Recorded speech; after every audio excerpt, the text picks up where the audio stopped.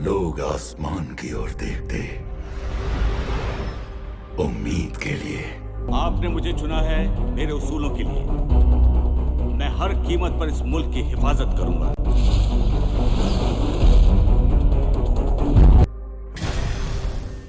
मैं सबसे पहले वही छीन लूंगा। हालांकि हम सबको नहीं बचा सकते, पर हम हार भी नहीं मान सकते। शांति का बस एक ही रास्ता है, उनका सर्वनाश। If there's one thing that I've been constantly doing since the past 6 years, then that is editing videos. And if you want to start editing on your iPhone, then here. जानते नहीं मैं कौन हूं। मेरी अगली चाल तुम सोच भी नहीं सकते। मैंने दुनिया को बचाने के लिए जो कवच बनाया था, वही आज एक खतरा बन गया है। कंप्यूटरी दिमाग। न्यूयॉर्क, वॉशिंगटन डीसी,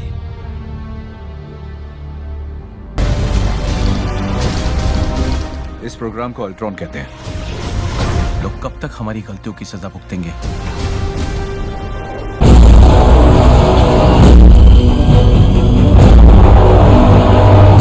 आप इन हमलों के बारे में क्या करने वाले हैं? तो ये रहे हम, और कुछ नहीं तो बस होश और जोश लिए दुनिया को बचाने। बस बहुत हो गया। कैप्टन, लोगों में खौफ है, इसीलिए बंदा हाजिर है। तो उठो और भिड़ जाओ। हम सबका बच पाना तो नामुमकिन है। बचने के बारे में सोचता कौन है? मिस्टर स्टार्क, आज तुम्हारी बची कुची जिंदगी का पहला दिन है। रायता तुम फैलाओ, साफ करूं मैं? हम उन्हें चीर सकते हैं। 2D में देखा था, लेकिन ऐसा नहीं है कि 3D के खिलाफ हूँ। फिल्म के कुछ कमाल के दृश्य हैं जिनको आप 3D चश्मे से झांके तो उसे देखने का मजा दोगुना हो सकता है। लेकिन 3D और 2D के चयन में ज्यादा समय बर्बाद करने की जरूरत नहीं है, न ही फिल्म में अपना दिमाग लगाने की जरूरत है। फैमिली के साथ जाइए, दोस्तों के साथ या फिर अकेले, फिल्म आपका मनोरंजन जरूर करेगी। अवेंजर्स एज ऑफ अल्ट्रॉन को हिंदी में अवेंजर्स कलयुग का महायुद्ध नाम से रिलीज किया गया है और फिल्म की थीम पर यह नाम बिल्कुल सटीक बैठता है। मार्वल कॉमिक्स के सुपर हीरो पर आधारित फिल्म का नाम भी कॉमिक्स जैसा ही होना चाहिए। अंग्रेजी के साथ साथ इसे तमिल, तेलुगु और हिंदी में डब किया गया है और यूएस से एक सप्ताह पहले ही भारतीय दर्शकों को यह फिल्म देखने को मिल रही है। डबिंग आर्टिस्टों ने भी कुछ नया करने की कोशिश की है और फिल्म में 2 अंग्रेज किरदारों को हरियाणवी स्टाइल में हिंदी बोलते देखना बड़ा ही मजेदार है। इसके पहले फ्यूरियस 7 में भी एक किरदार मुंबई स्टाइल में हिंदी बोलता है। एवेंजर्स सीरीज की फिल्में एवेंजर्स से भरपूर रहती हैं और द एवेंजर्स 2012 का यह सीक्वल भी पहले भाग की तरह उम्दा है।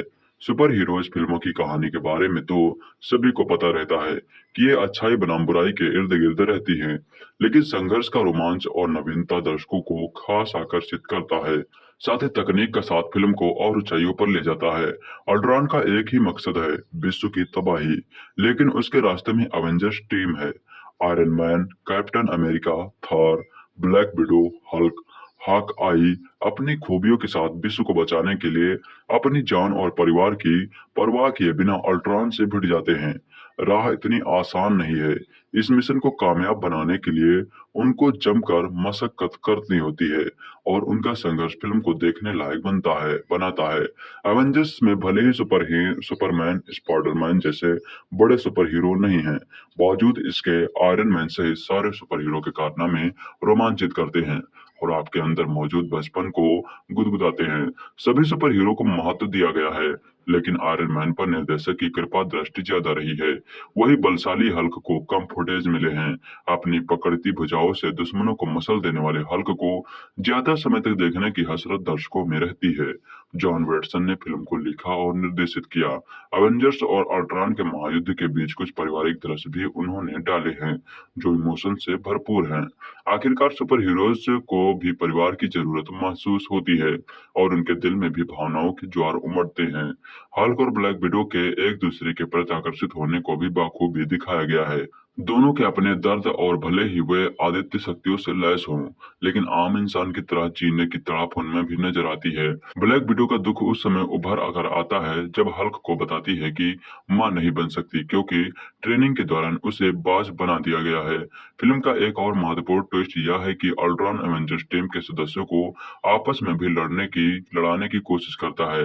हल्क और आयरन मैन के बीच एक बेहतरीन फाइटिंग सीक्वेंस है जो तालियां बजाने पर मजबूर कर देता है। क्लाइमैक्स की फाइट भी जबरदस्त है। जॉन वेटसन ने फिल्म को उन दर्शकों के अनुरूप बनाने की कोशिश की है जो सुपर हीरोज को पसंद करते हैं। हालांकि फिल्म में बीच में ऐसा वक्त भी आता है जब फिल्म ठहरी हुई लगती है। इस तेज गति से भागती फिल्म में कुछ दृश्य स्पीड ब्रेकर का काम करते हैं।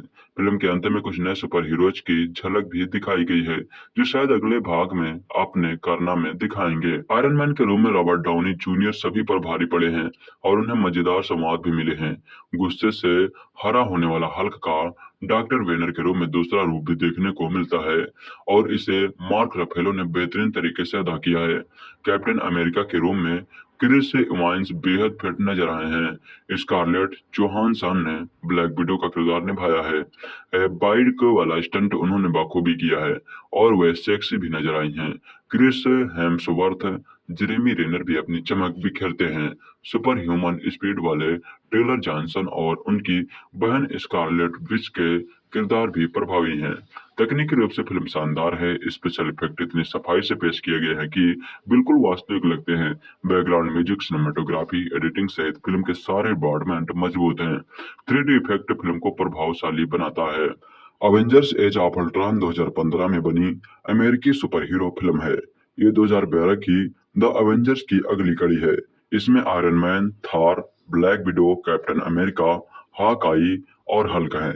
उनको चुनौती देने के लिए बिग सिल्वर और स्कॉट लैंड खलनायक की भूमिकाओं में है, तो कृत्रिम बुद्धिमत्ता से युक्त अल्ट्रॉन भी। कहानी कुछ इस तरह की है कि आयरन मैन और उनके सभी साथी मिलकर लोकी की छड़ी वापस पाने के लिए एक अभियान को अंजाम दे रहे हैं। वही उनका सामना दो म्यूटेड जुड़वा क्विक सिल्वर और स्कारलेट विच से होता है। वहां पर टोनी को लोकी की छड़ी भी मिलती है और तभी स्कारलेट विच उसे विनाश का दृश्य दिखाती है जिसमें सभी अवेंजर्स बुरी तरह घायल व मृत अवस्था में पड़े हैं। वे कहते हैं कि ये सब टोनी की वजह से हुआ क्योंकि उसने दुनिया को बचाने की पूरी कोशिश नहीं की। तबाही का मंजर देखने के बाद टोनी स्टार्क ब्रूस बैनर के साथ मिलकर उस छड़ी के अंदर मौजूद कृत्रिम बुद्धिमत्ता में से एक प्रोग्राम बनाने का प्रयास करता है, पर बहुत कोशिश करने के बाद भी कुछ नहीं हो पाता और सब काम से थक जाने के बाद टोनी और ब्रूस अवेंजर्स की पार्टी के लिए निकल पड़ते हैं और जर्विस को अल्ट्रॉन प्रोग्राम की समस्या को दूर करने में लगा देते हैं। इसी बीच जर्विस और अल्ट्रॉन के बीच बहस होती है और अल्ट्रॉन गुस्से में आकर जर्विस को मार डालता है और सारे सिस्टम को अपने कब्जे में ले लेता है और पार्टी में घुस जाता है। पार्टी में अवेंजर्स और अल्ट्रॉन के बीच लड़ाई होती है और उसके शरीर को तोड़ देते हैं, पर वह दूसरी जगह अपना नया शरीर बना लेता है। अल्ट्रॉन मानवता का अंत करना चाहता है और इसलिए वो अडमेंटियम धातु से एक इंसानी शरीर व एक इंसानी मशीन बनाता है और शरीर को अल्ट्रॉन से छीनकर टोनी और ब्रूस सर्विस, जो अल्ट्रॉन के द्वारा मारे जाने पर खुद को बचाने के लिए इंटरनेट पर अपलोड होकर अपनी याददाश्त मिटा देता है, पर टोनी स्टार्क उसे पुनः ढूंढकर जीवित कर देता है की सहायता से उस शरीर को जीवित कर देते हैं और इस प्रकार एक नए सुपर हीरो विजन का जन्म होता है जिसके माथे पर वो पीला जादुई पत्थर है जिससे विनाश की अद्भुत क्षमता है। उधर अल्ट्रॉन पूरे शहर को ऊपर उठाकर उसे एक उल्का की भांति पृथ्वी पर गिराना चाहता है। तभी निक फ्यूरी भी अपना जहाज लेकर वहां उस शहर के पास पहुंच जाता है और सभी लोगों को सुरक्षित निकाल देता है। शहर खाली हो जाने पर टोनी और थॉर मिलकर उस शहर को हवा में ही रख देते हैं और सभी बच जाते हैं। इस फिल्म का फिल्मांकन 11 फरवरी 2014 में जोहान्सबर्ग, साउथ अफ्रीका में हुआ था। इसके बाद 22 मार्च को इसके निर्माता इटली गए और 28 मार्च तक वहीं पर फिल्मांकन हुआ। 8 अप्रैल को शूटिंग इंग्लैंड में हुई, जो कि 1940 के फ्लैशबैक सीक्वेंस के लिए थी। इसके अतिरिक्त इसकी शूटिंग दक्षिण कोरिया, बांग्लादेश और न्यूयॉर्क में भी हुई थी। हाँफते हुए भारतीय बॉक्स ऑफिस के लिए उम्मीद की किरण बनकर आ रही थी हॉलीवुड की फिल्में। उस हफ्ते रिलीज हुई सुपर हीरोज के जमावड़े वाली film Avengers Age of Ultron. Hollywood में यह सीजन बड़ी फिल्मों का है और बॉलीवुड की ओर से कोई बड़ा धमाका नहीं हो रहा है, तो ऐसे में हॉलीवुड की ये फिल्में भारतीय सिनेमाघरों की तरलहार बनी हुई हैं। हाल ही में फास्ट एंड फ्यूरियस ने कुपोषण की मार झेल रहे भारतीय बॉक्स ऑफिस को कुछ खुराक दी, तो अब बारी एवेंजर्स एज ऑफ इलेक्ट्रॉन की है। पहली बार किसी फिल्म में इतने ढेर सारे सुपर हीरोज देखने को मिलेंगे जो फिल्म को ऊर्जा और मस्ती से भरपूर बनाते हैं। सुपर हीरो से भरी यह फिल्म लगभग 2.5 घंटे के लिए ऐसे संसार में ले जाती है जो सोच से परे है, जिसमें टेक्नोलॉजी, ईश्वरीय ताकत और मानवीय हौसलों का मजेदार मिश्रण देखने को मिलता है। इसमें Iron Man, Thor, Black Widow, Captain America, Hawkeye, Hulk, उनको चुनौती देने के लिए विक्सलर और स्कारलेट विच हैं, तो आर्टिफिशियल इंटेलिजेंस से लैस अल्ट्रॉन भी। कहानी कुछ इस तरह की है कि आयरन मैन और उनके साथी मिलकर एक अभियान को अंजाम दे रहे होते हैं। यही उनकी मुठभेड़ क्विक सिल्वर और बीच से होती है। तबाही का मंजर देखने के बाद टोनी स्टार्क अपने साथी के साथ मिलकर आर्टिफिशियल इंटेलिजेंस से शांति सेना तैयार करने की कोशिश करता है। एक मशीनी सेना वह अल्ट्रॉन बनाता है, लेकिन दांव उल्टा पड़ जाता है। अल्ट्रॉन इस फलसफे पर काम करता है कि पहले उसी का अस्तित्व खत्म करो जिसने आपको अस्तित्व दिया है। इस तरह उसकी शुरुआत एवेंजर्स को खत्म करने की कोशिश से होती है। फिर शुरू होता है तबाही और स्पेशल इफेक्ट का सिलसिला। फिल्म की कहानी में मसाला है, एक्शन है, इमोशन है और इतनी ही मात्रा में सुपर हीरो भी हैं और उनकी धुनाई भी। हर चीज दबकर है। यही बात इसमें खास भी बनाती हैं और कमजोर भी। कहीं कहीं एवेंजर्स की ओवरडोज लग सकती है, लेकिन मनोरंजन भरपूर होने की वजह से यह बात याद नहीं रहती। एक्शन सीक्वेंस हैरत अंगेज हैं, स्पेशल इफेक्ट आंखें खोल देने वाले हैं। कह सकते हैं कि हॉलीवुड की इस तरह की फिल्में बनाने में अभी बॉलीवुड को बहुत ही लंबा सफर तय करना होगा। मार्वल कॉमिकल कैरेक्टर्स के फैंस के लिए यह फिल्म सही ट्रीट है। अपने सीक्वल से एक्शन और सुपर हीरोज की राह पर फिल्म एक कदम आगे बढ़ती है। इस हफ्ते हिंदी सिनेमा में कोई गंभीर एक्टिविटी नहीं है, ऐसे में हॉलीवुड फिल्म प्रेमियों और एक्शन टेक्नोलॉजी सुपर हीरोज का कॉम्बिनेशन देखने के शौकीन के लिए वीकेंड पर यह सही मसाला था। फुल टू पैसा वसूल और हाफते भारतीय बॉक्स ऑफिस के लिए एक उम्मीद की किरण। द अवेंजर्स में भी सुपर हीरो हमेशा की तरह एक बार फिर जीत गए, लेकिन इस बार लोगों के दिल जीतने के साथ ही बॉक्स ऑफिस कलेक्शन में भी सुपर हीरो से भरी इस फिल्म ने बाजी मार ली है। दुनिया पर मंडराता खतरा, सुपर विलन से जोरदार लड़ाई और बुराई पर अच्छाई की जीत, यही तो होता है हर सुपर हीरो वाली फिल्म में। यहाँ भी यही कहानी है, लेकिन जिस तरह से पेश की गई है उसने इस फिल्म को ब्लॉकबस्टर की श्रेणी में ला खड़ा कर दिया है। किसी भी फिल्म में लार्जर देन लाइफ वाला एक ही किरदार होता है, लेकिन इस फिल्म में पूरे 6 किरदार हैं जो अकेले ही किसी भी कहानी को खींचने का मद्दा रखते हैं। अक्सर इतने सारे भारी भरकम किरदारों के कारण कहानी दब जाती है, लेकिन द अवेंजर्स यही सबसे अलग है। Iron man, Hulk, captain America, Thor, Hawkeye और ब्लैक विडो जैसे सुपर सितारों ने अपना अपना काम बखूबी किया है। मजेदार बात तो यह है कि लंबे अरसे बाद किसी अंग्रेजी फिल्म में दर्शकों की सीटियां और तालियां सुनने को मिली हैं। इस फिल्म में भले ही 6 सुपर हीरो हों, सो स्टीलर तो आयरन मैन और हल्क भी है। दोनों जब जब पर्दे पर आए हैं तब तो दर्शकों का उत्साह देखते बनता है। 3D इफेक्ट इस फिल्म में जान डाल देता है। बेहतरीन साउंड और एक्शन दृश्यों से सजी द अवेंजर्स दर्शकों को बांधे रखने के साथ ही उन्हें तालियां बजाने के कई मौके देती है।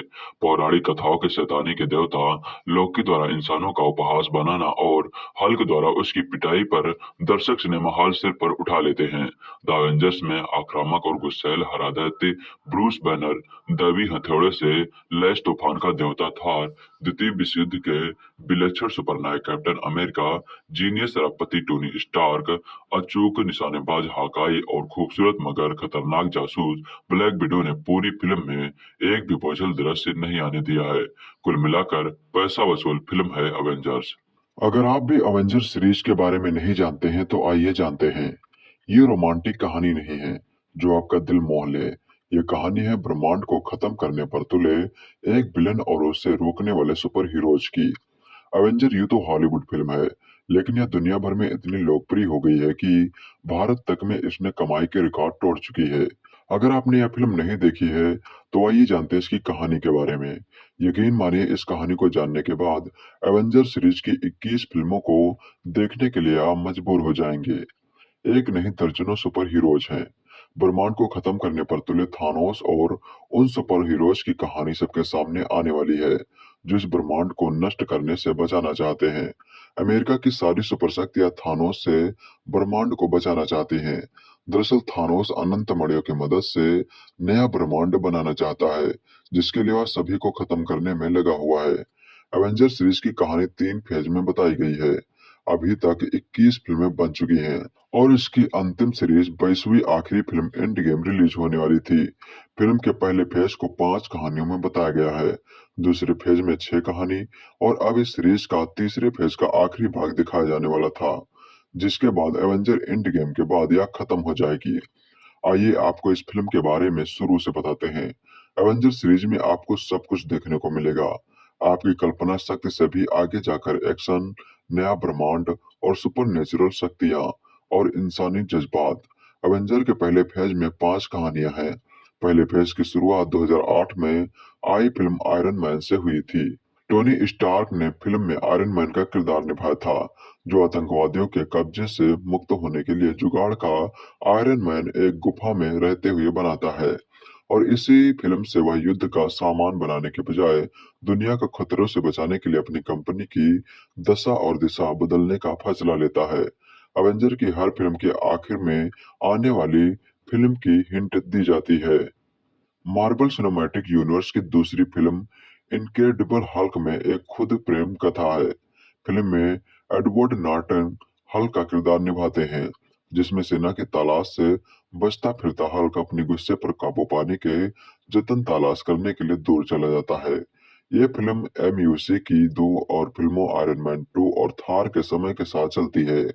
इसके बाद की फिल्मों में हल्क का किरदार अभिनेता मार्क रफेलो ने किया है।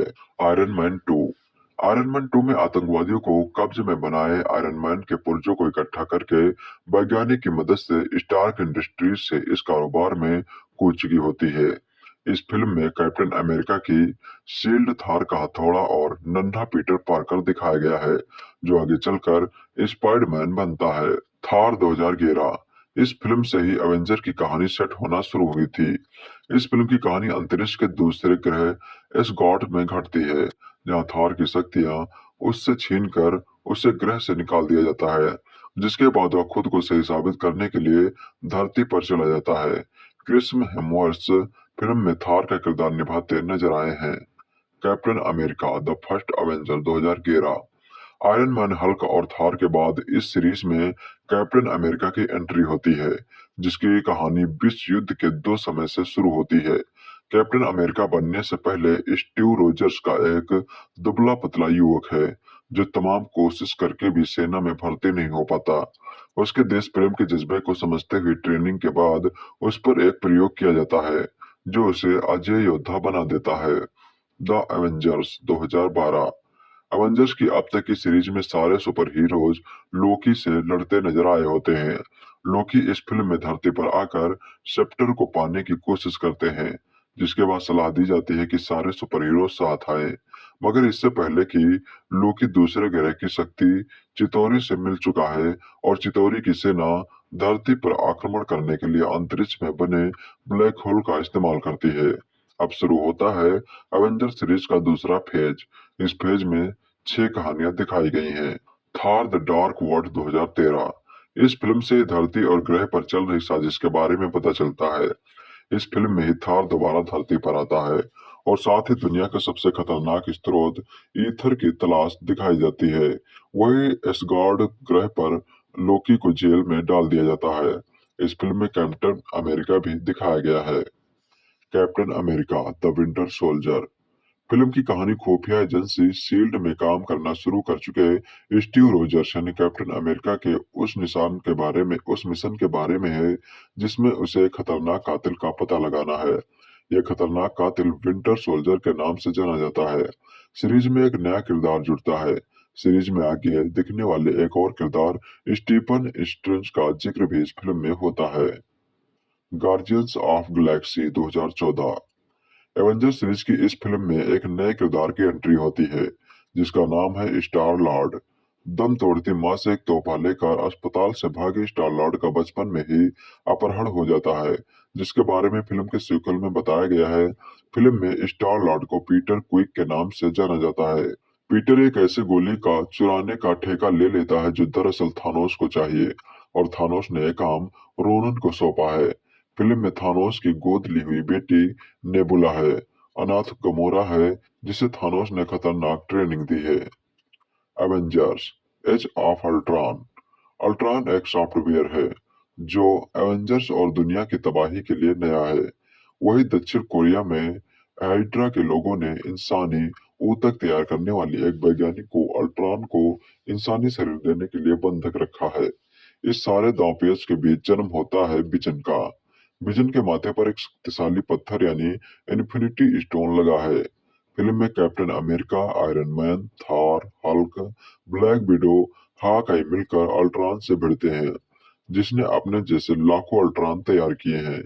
इस फिल्म से ब्लैक पैंथर को जोड़ा जाता है। एंटमैन 2015। एंटमैन अवेंजर सीरीज का नया अवेंजर बनकर 2015 में आया। वैज्ञानिक हैंक पाइप में ऐसी तकनीक खोज निकालती है जिससे एक खास सूट पहनकर इंसान का आकार चींटी जैसा हो जाता है, लेकिन उसकी ताकत लाखों गुना बढ़ जाती है। स्कॉट नामक एक चोर एक दिन कड़ी सुरक्षा में रखा हैंक का सूट चुरा लेता है, तो हैंक को लगता है कि स्कॉट ही एंटमैन बनने का ही हकदार है। स्कॉट को हैंक के लिए तैयार करता है और इस तकनीक के दुरुपयोग की साजिश पर पानी फेर देता है। तीसरे फेज की आखिरी फिल्म एवेंजर्स एंड गेम थी। तीसरे फेज में Captain America, Civil War, doctor Strange, Guardian of Galaxy, Spiderman, Homecoming, Thor, Ragnarok, Black Panther, Avenger Infinity War और एवेंजर एंड गेम रिलीज हुई थी। द एवेंजर्स 2012 में बनी अमेरिकी सुपर हीरो फिल्म है जिसका निर्माण मार्वल स्टूडियोज ने किया है। वह वितरण डिज्नी पिक्चर्स द्वारा किया गया है। यह मार्वल कॉमिक्स की इसी नाम की सुपर हीरो टीम पर आधारित फिल्म है। मार्वल की फिल्म विश्व में यह छठी फिल्म है। इसका लेखन व निर्देशन जोश वेडन ने किया है और फिल्म में साझा पात्रों के रूप में Robert Downey Junior, Chris Evans, Mark Ruffalo, Chris Hemsworth, Scarlett Johansson, Tom Hiddleston और सैम्यूअल एल जैक्सन हैं। द एवेंजर्स में निक फ्यूरी जो शील्ड के निर्देशक हैं, Iron Man, Captain America, Hulk और थॉर को एकजुट करते हैं ताकि दुनिया को बचाया जा सके। इस फिल्म को डायरेक्ट किया था जोश वेडन ने। इसका निर्माण किया था केविन फाइगी ने। इसमें अभिनेता थे Robert Downey Junior, Chris Evans, Mark Ruffalo, Chris Hemsworth, Scarlett Johansson, Jeremy Renner, Samuel L Jackson. इसमें संगीत दिया था एलन सिल्वेस्ट्री ने। इस फिल्म की लागत 220 मिलियन थी। द एवेंजर्स का विकास कार्य अप्रैल 2005 में शुरू हुआ था जब मार्वल स्टूडियोज को मोरिल लिंच का प्रस्ताव मिला। मई 2008 में आयरन मैन की सफलता के बाद मार्वल ने घोषणा की कि द एवेंजर्स को जुलाई 2011 में रिलीज किया जाएगा। स्कारलेट जोहानसन को मार्च 2009 में लेने के बाद फिल्म को 2012 में ढकेल दिया गया। वेडन को अप्रैल 2010 में फिल्म पर लाया गया, जिन्होंने कथानक को पुनः लिखा जिसे जैक पेन ने लिखा था। निर्माण अप्रैल 2011 को एल्ब्यूकेर्क, न्यू मैक्सिको में शुरू किया गया। क्लेवलैंड, ओहायो में अगस्त 2011 व न्यूयॉर्क शहर में सितंबर 2011 में आगे बढ़ा। फिल्म को बाद में 3D में परिवर्तित किया गया। द एवेंजर्स को 11 अप्रैल 2012 को दुनिया भर में, 27 अप्रैल 2012 को भारत में व 4 मई 2011 को अमेरिका में 3D में रिलीज किया गया था। निक फ्यूरी शील्ड के निर्देशक एक खुदाई के दौरान वीरान अनुसंधान प्रयोगशाला में पहुंचते हैं। एक टेसरैक्ट, एक नीले रंग का क्यूब जिसमें अज्ञात शक्तियां हैं, ने चालू होकर ब्रह्मांड में एक द्वार खोल दिया है जिससे बहिष्कृत नर्स देवता लोकी बाहर आ जाता है। लोकी टेसरैक्ट चुरा लेता है और अपनी शक्तियों का उपयोग करके कई शील्ड एजेंटों को अपने वश में कर लेता है, जिनमें क्लिंट बार्टन यानी जेरेमी रेनर और डॉक्टर और वैज्ञानिक डॉक्टर एरिक सेल्विग यानी स्टेलान स्कारगार्ड भी शामिल हैं, ताकि वह वहां से भाग निकले। इस हमले का मुकाबला करने के लिए फ्यूरी एवेंजर्स प्रयोग पुनः शुरू करते हैं। एजेंट नताशा रोमानोफ यानी स्कारलेट जोहानसन को भारत भेजा जाता है ताकि वह डॉक्टर ब्रूस बैनर यानी मार्क रफालो को ला सके, और एजेंट फिलिप कोल्सन टोनी स्टार्क यानी रॉबर्ट डानी जूनियर से मिलता है और उससे गुजारिश करता है कि वह सेल्बिन के प्रयोग पर गौर करे। फ्यूरी स्वयं स्टीव रॉजर्स यानी क्रिस वाइंस को शामिल करते हैं ताकि टेरेस को लोकी से पुनः हासिल किया जा सके। अपने बहिष्कृत काल में लोकी चितौरी नाम की परग्रही प्रजाति से मिलता है जो टेसरेक्ट की सहायता से ब्रह्मांड पर राज करना चाहते हैं। टेसरेक्ट के बदले चितौरी लोकी को पृथ्वी का स्वामित्व देने के लिए राजी हो जाता है। अक्सर जब हम होटल में जाते हैं तो सबसे बड़ा सवाल होता है कि क्या ऑर्डर करें, लेकिन बुफे सिस्टम होने पर हमें सबसे ज्यादा खुशी होती है क्योंकि वहां पर नाना प्रकार के व्यंजन होते हैं और कुछ ना कुछ पसंद आ ही जाता है। कुछ ऐसा ही बुफे डायरेक्टर जॉन विटसन ने आपको परोसने की कोशिश की है, जहां आपके प्रिय सुपर हीरोज आएंगे, अपनी अपनी स्टाइल में फाइट करेंगे, हर एक फ्रेम में आपका मनोरंजन करेंगे और चेहरे पर मुस्कान छोड़कर अगली बार फिर आने का वादा करके चले जाएंगे। जब से फास्ट एंड फ्यूरियस 7 लोगों ने देखी है तभी से एवेंजर्स एज ऑफ अल्ट्रॉन का इंतजार कर रहे थे। फिल्म की लोकप्रियता की वजह से विश्व भर में रिलीज से एक हफ्ते पहले अपने भारत में रिलीज हुई थी। आइए जानते हैं कैसी रही थी ये फिल्म। एवेंजर्स यानी iron Man, Captain America, Hulk, Thor, Black window और हाकाई की टोली का एक ही मकसद है, बेहतर विश्व के लिए बुराई का खात्मा करना, और सबसे बड़ा काम होता है अल्ट्रॉन का विनाश करना। सभी सुपर हीरोज एकजुट होकर अपनी अपनी खूबियों के साथ मिशन कामयाब करने की पूरी कोशिश करते हैं। अब किसे कितनी और कहां कहां कठिनाइयां आती हैं ये फिल्म देखकर ही आपको पता चलेगा। डायरेक्टर जॉन विटसन ने फिल्म के पहले ही फ्रेम से ही हर एक सुपर हीरो के किरदार को स्थापित कर दिया है। एक बार फिर से थॉर का हैमर, आयरन मैन की अद्भुत शक्तियां, हल्क का गुस्सा आपका मनोरंजन करते हैं। फिल्म में कुछ भावुक पल भी आते हैं जब आपके सुपर हीरोज एक आम आदमी की तरह परिवार के साथ पल बिताते हुए भी नजर आते हैं। विजुअल ट्रीट के साथ साथ आपको कई और शक्तियां देखने को मिलती हैं, जैसे सम्मोहन की शक्ति, पलक झपकते काम तमाम कर देना इत्यादि। फिल्म के अंत में अगले भाग की छोटी झलक भी डायरेक्टर दे जाते हैं। एवेंजर्स एज ऑफ अल्ट्रॉन में विलन की तुलना जब हीरो से होती है तो उसे गुस्सा आता है और वे सुपर हीरोज आपस में बातचीत करते हुए हंसी का माहौल भी ले आते हैं। फिल्म के लोकेशंस और स्पेशल इफेक्ट काफी सराहनीय हैं। एवेंजर्स टीम के सदस्य iron Man, Captain America, Hulk, Thor, Black window और हाकाई शक्तिशाली मशीनरी फौज से दुनिया की रक्षा कर रहे हैं। इसी बीच टोनी स्टार्क को यह पता चलता है कि एक अनजानी ताकत का निर्माण हो रहा है। हालांकि उस खतरे का एहसास एवेंजर्स को तब होता है जब एक जश्न के दौरान पहली बार वो ताकत उनके सामने आती है। ये ताकत असल में टोनी स्टार्क की ही खोज होती है जो दुनिया की हिफाजत के लिए बनाई गई थी, लेकिन एक गलत प्रोग्रामिंग की वजह से वो बेकाबू हो जाती है और दुनिया को खत्म करने की ठान लेती है। एवेंजर्स का मिशन है उसे रोकना और दुनिया को खत्म करने से बचाना। हाथ में पॉपकॉर्न और कोल्ड ड्रिंक लिए जब आप एवेंजर्स को देखने बैठते हैं तो पहले ही सीन से आपको पता चलता है कि बॉस एवेंजर्स बातों में अपना समय बर्बाद नहीं करेगी। फिल्म का जॉनर एक्शन है और उस बात को डायरेक्टर जॉन विटसन गंभीरता से लेते हैं। फिर भले ही फिल्म के स्टोरी के खिलाफ एक आधे एक्शन सीन जबरदस्ती ही ठूस दिए गए हों। फिल्म का पैसा वसूल एक्शन सीन वो है जिसने आपको ट्रेलर में भी आकर्षित किया था। जी हाँ, आयरन मैन और महामानव हल्क का महासंग्राम तकरीबन 5 मिनट लंबा यह सीन आपको तस से मस होने नहीं देता। वही लड़ाई के दौरान रॉबर्ट डाउनी जूनियर की हल्की फुल्की कमेंट्री उस पर सोने पे सुहागा का काम करती है।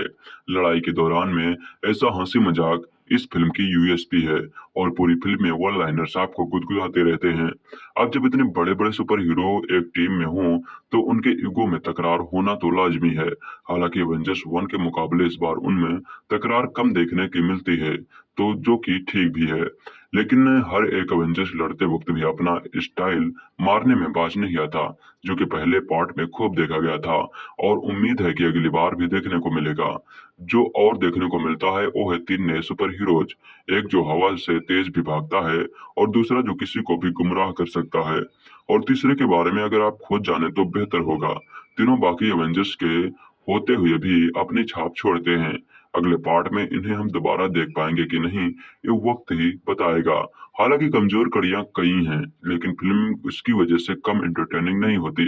फिर भी उनका जिक्र जरूरी है। फिल्म का रोबोटिक विलन सबसे कमजोर मालूम पड़ता है। एक्शन के अलावा वो ज्यादा समय बातों में बिताता है और एवेंजर्स की भावी मौजूदगी के आगे वो कहीं है कहीं नहीं, कहीं कहीं हल्का पड़ता है। इमोशनल एंगल भी जबरदस्ती का लगता है, जो कि फिल्म की गति को धीमा करने के अलावा और कुछ नहीं करता।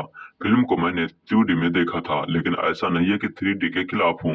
फिल्म के कुछ कमाल के दृश्य हैं जिनको आप 3D चश्मे से झांके तो उसे देखने का मजा दोगुना हो सकता है।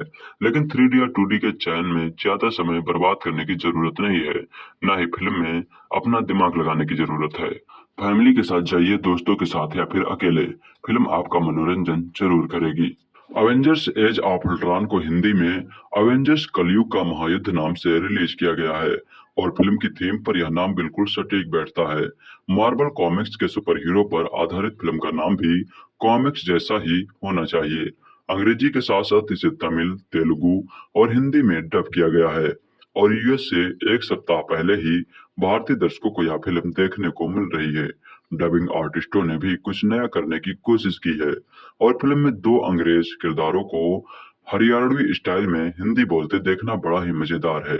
इसके पहले फ्यूरियस 7 में भी एक किरदार मुंबईया स्टाइल में हिंदी बोलता है। एवेंजर्स सीरीज की फिल्में एवेंजर्स से भरपूर रहती हैं और द एवेंजर्स 2012 का यह सीक्वल भी पहले भाग की तरह उम्दा है।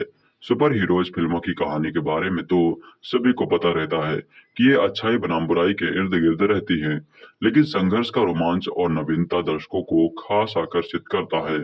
साथ ही तकनीक का साथ फिल्म को और ऊंचाइयों पर ले जाता है। अल्ट्रॉन का एक ही मकसद है, विश्व की तबाही, लेकिन उसके रास्ते में एवेंजर्स टीम है। Iron Man, Captain America, Thor, Black Widow, Hulk, Hawkeye अपनी खूबियों के साथ विश्व को बचाने के लिए अपनी जान और परिवार की परवाह किए बिना अल्ट्रॉन से भिड़ जाते हैं। राह इतनी आसान नहीं है। इस मिशन को कामयाब बनाने के लिए उनको जमकर मशक्कत करनी होती है और उनका संघर्ष फिल्म को देखने लायक बनाता है। एवेंजर्स में भले ही सुपरमैन, स्पाइडरमैन जैसे बड़े सुपर हीरो नहीं हैं, बावजूद इसके आयरन मैन सहित सारे सुपर हीरो के कारनामे रोमांचित करते हैं और आपके अंदर मौजूद बचपन को गुदगुदाते हैं। सभी सुपर हीरो को महत्व दिया गया है, लेकिन आयरन मैन पर निर्देशक की कृपा दृष्टि ज्यादा रही है। वही बलशाली हल्क को कम फुटेज मिले हैं। अपनी पकड़ती भुजाओं से दुश्मनों को मसल देने वाले हल्क को ज्यादा समय तक देखने की हसरत दर्शकों में रहती है। जॉन वेटसन ने फिल्म को लिखा और निर्देशित किया। एवेंजर्स और अल्ट्रॉन के महायुद्ध के बीच कुछ पारिवारिक दृश्य भी उन्होंने डाले हैं जो इमोशन से भरपूर हैं। आखिरकार सुपर हीरोज को भी परिवार की जरूरत महसूस होती है और उनके दिल में भी भावनाओं के ज्वार उमड़ते हैं। हल्क और ब्लैक विडो के एक दूसरे के प्रति आकर्षित होने को भी बाखूबी दिखाया गया है। दोनों के अपने दर्द और भले ही वे आदित्य शक्तियों से लैस हों, लेकिन आम इंसान की तरह जीने की तड़प उनमें भी नजर आती है। ब्लैक विडो का दुख उस समय उभर कर आता है जब हल्क को बताती है कि मां नहीं बन सकती क्योंकि ट्रेनिंग के दौरान उसे बाज बना दिया गया है। फिल्म का एक और महत्वपूर्ण ट्विस्ट यह है कि अल्ट्रॉन एवेंजर्स टीम के सदस्यों को आपस में भी लड़ाने की कोशिश करता है। हल्क और आयरन मैन के बीच एक बेहतरीन फाइटिंग सीक्वेंस है जो तालियां बजाने पर मजबूर कर देता है। क्लाइमैक्स की फाइट भी जबरदस्त है। जॉन वेटसन ने फिल्म को उन दर्शकों के अनुरूप बनाने की कोशिश की है जो सुपर हीरोज को पसंद करते हैं। हालांकि फिल्म में बीच में ऐसा वक्त भी आता है जब फिल्म ठहरी हुई लगती है। इस तेज गति से भागती फिल्म में कुछ दृश्य स्पीड ब्रेकर का काम करते हैं।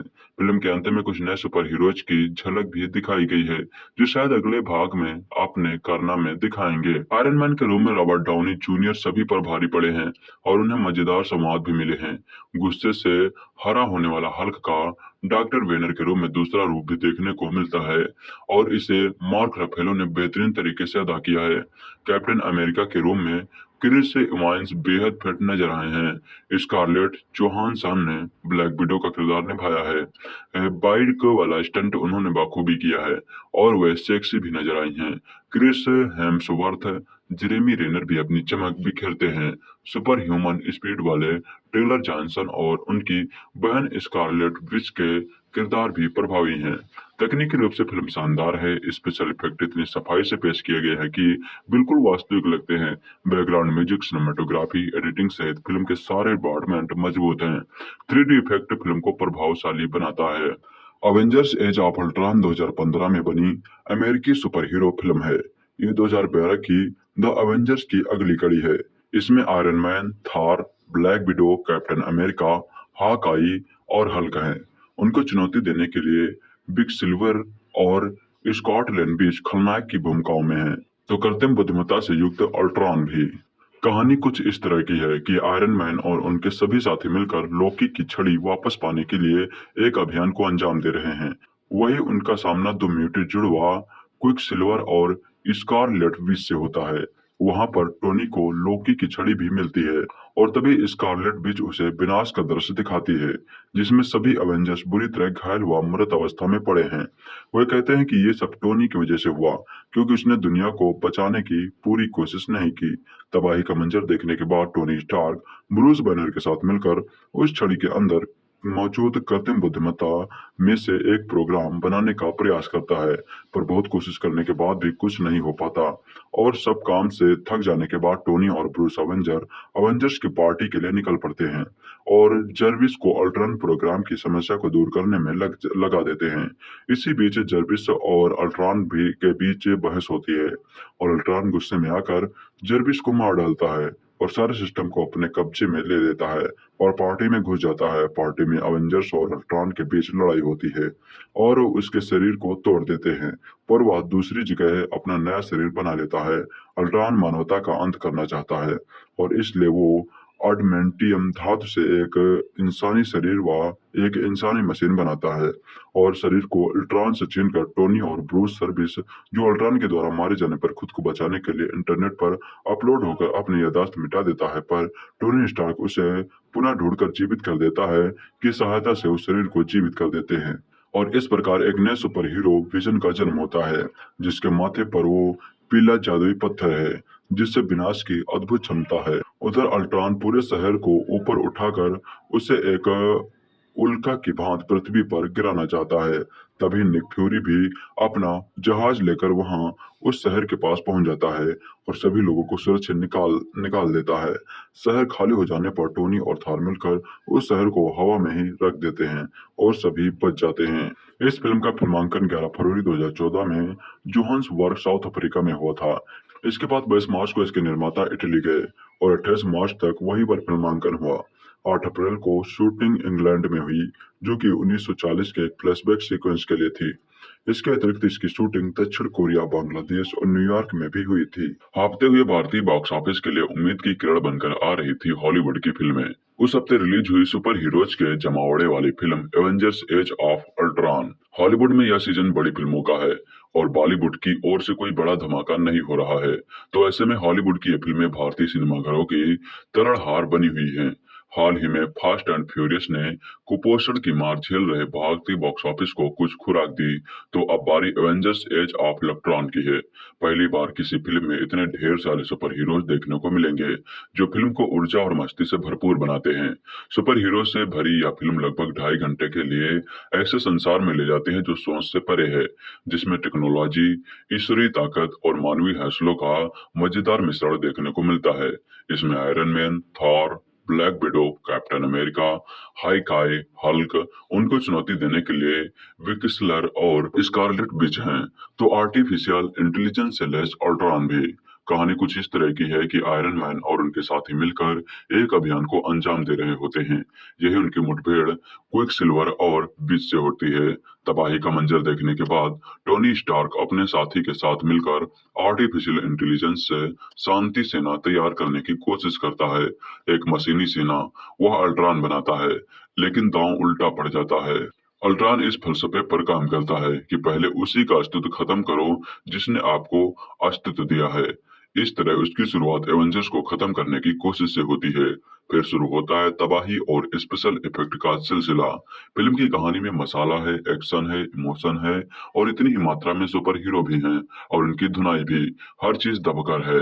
यही बातें इसमें खास भी बनाती हैं और कमजोर भी। कहीं कहीं एवेंजर्स की ओवरडोज लग सकती है, लेकिन मनोरंजन भरपूर होने की वजह से यह बात याद नहीं रहती। एक्शन सीक्वेंस हैरत अंगेज हैं, स्पेशल इफेक्ट आंखें खोल देने वाले हैं। कह सकते हैं कि हॉलीवुड की इस तरह की फिल्में बनाने में अभी बॉलीवुड को बहुत ही लंबा सफर तय करना होगा। मार्वल कॉमिकल कैरेक्टर्स के फैंस के लिए यह फिल्म सही ट्रीट है। अपने सीक्वल से एक्शन और सुपर हीरोज की राह पर फिल्म एक कदम आगे बढ़ती है। इस हफ्ते हिंदी सिनेमा में कोई गंभीर एक्टिविटी नहीं है, ऐसे में हॉलीवुड फिल्म प्रेमियों और एक्शन टेक्नोलॉजी सुपर हीरोज का कॉम्बिनेशन देखने के शौकीन के लिए वीकेंड पर यह सही मसाला था। फुल टू पैसा वसूल और हफ्ते भारतीय बॉक्स ऑफिस के लिए एक उम्मीद की किरण। द अवेंजर्स में भी सुपर हीरो हमेशा की तरह एक बार फिर जीत गए, लेकिन इस बार लोगों के दिल जीतने के साथ ही बॉक्स ऑफिस कलेक्शन में भी सुपर हीरो से भरी इस फिल्म ने बाजी मार ली है। दुनिया पर मंडराता खतरा, सुपर विलन से जोरदार लड़ाई और बुराई पर अच्छाई की जीत, यही तो होता है हर सुपर हीरो वाली फिल्म में। यहाँ भी यही कहानी है, लेकिन जिस तरह से पेश की गई है उसने इस फिल्म को ब्लॉकबस्टर की श्रेणी में ला खड़ा कर दिया है। किसी भी फिल्म में लार्जर देन लाइफ वाला एक ही किरदार होता है, लेकिन इस फिल्म में पूरे 6 किरदार हैं जो अकेले ही किसी भी कहानी को खींचने का मद्दा रखते हैं। अक्सर इतने सारे भारी भरकम किरदारों के कारण कहानी दब जाती है, लेकिन द अवेंजर्स यही सबसे अलग है। Iron man, Hulk, captain America, Thor, Hawkeye और ब्लैक विडो जैसे सुपर सितारों ने अपना अपना काम बाखूबी किया है। मजेदार बात तो यह है कि लंबे अरसे बाद किसी अंग्रेजी फिल्म में दर्शकों की सीटियां और तालियां सुनने को मिली हैं। इस फिल्म में भले ही 6 सुपर हीरो हों, सो स्टीलर तो आयरन मैन और हल्क भी है। दोनों जब जब पर्दे पर आए हैं तब तब दर्शकों का उत्साह देखते बनता है। 3D इफेक्ट इस फिल्म में जान डाल देता है। बेहतरीन साउंड और एक्शन दृश्यों से सजी द अवेंजर्स दर्शकों को बांधे रखने के साथ ही उन्हें तालियां बजाने के कई मौके देती है। पौराणिक कथाओं के शैतानी के देवता लोकी द्वारा इंसानों का उपहास बनाना और हल्क द्वारा उसकी पिटाई पर दर्शक सिनेमा हॉल सिर पर उठा लेते हैं। द अवेंजर्स में आक्रामक और गुस्सैल हरादत्ती ब्रूस बैनर, दैवी हथौड़े से लैस तूफान का देवता थॉर, द्वितीय विश्व युद्ध के विलक्षण सुपरनायक कैप्टन अमेरिका, जीनियस रबपति टोनी स्टार्क, अचूक निशानेबाज हॉकाई और खूबसूरत मगर खतरनाक जासूस ब्लैक विडो ने पूरी फिल्म में एक भी बोझल दृश्य नहीं आने दिया है। कुल मिलाकर पैसा वसूल फिल्म है अवेंजर्स। अगर आप भी अवेंजर्स सीरीज के बारे में नहीं जानते हैं तो आइए जानते हैं। ये रोमांटिक कहानी नहीं है जो आपका दिल मोह ले। ये कहानी है ब्रह्मांड को खत्म करने पर तुले एक विलन और उसे रोकने वाले सुपर हीरोज की। अवेंजर ये तो हॉलीवुड फिल्म है, लेकिन यह दुनिया भर में इतनी लोकप्रिय हो गई है कि भारत तक में इसने कमाई के रिकॉर्ड तोड़ चुकी है।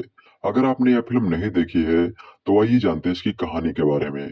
यकीन मानिए इस कहानी को जानने के बाद एवेंजर सीरीज की 21 फिल्मों को देखने के लिए आप मजबूर हो जाएंगे।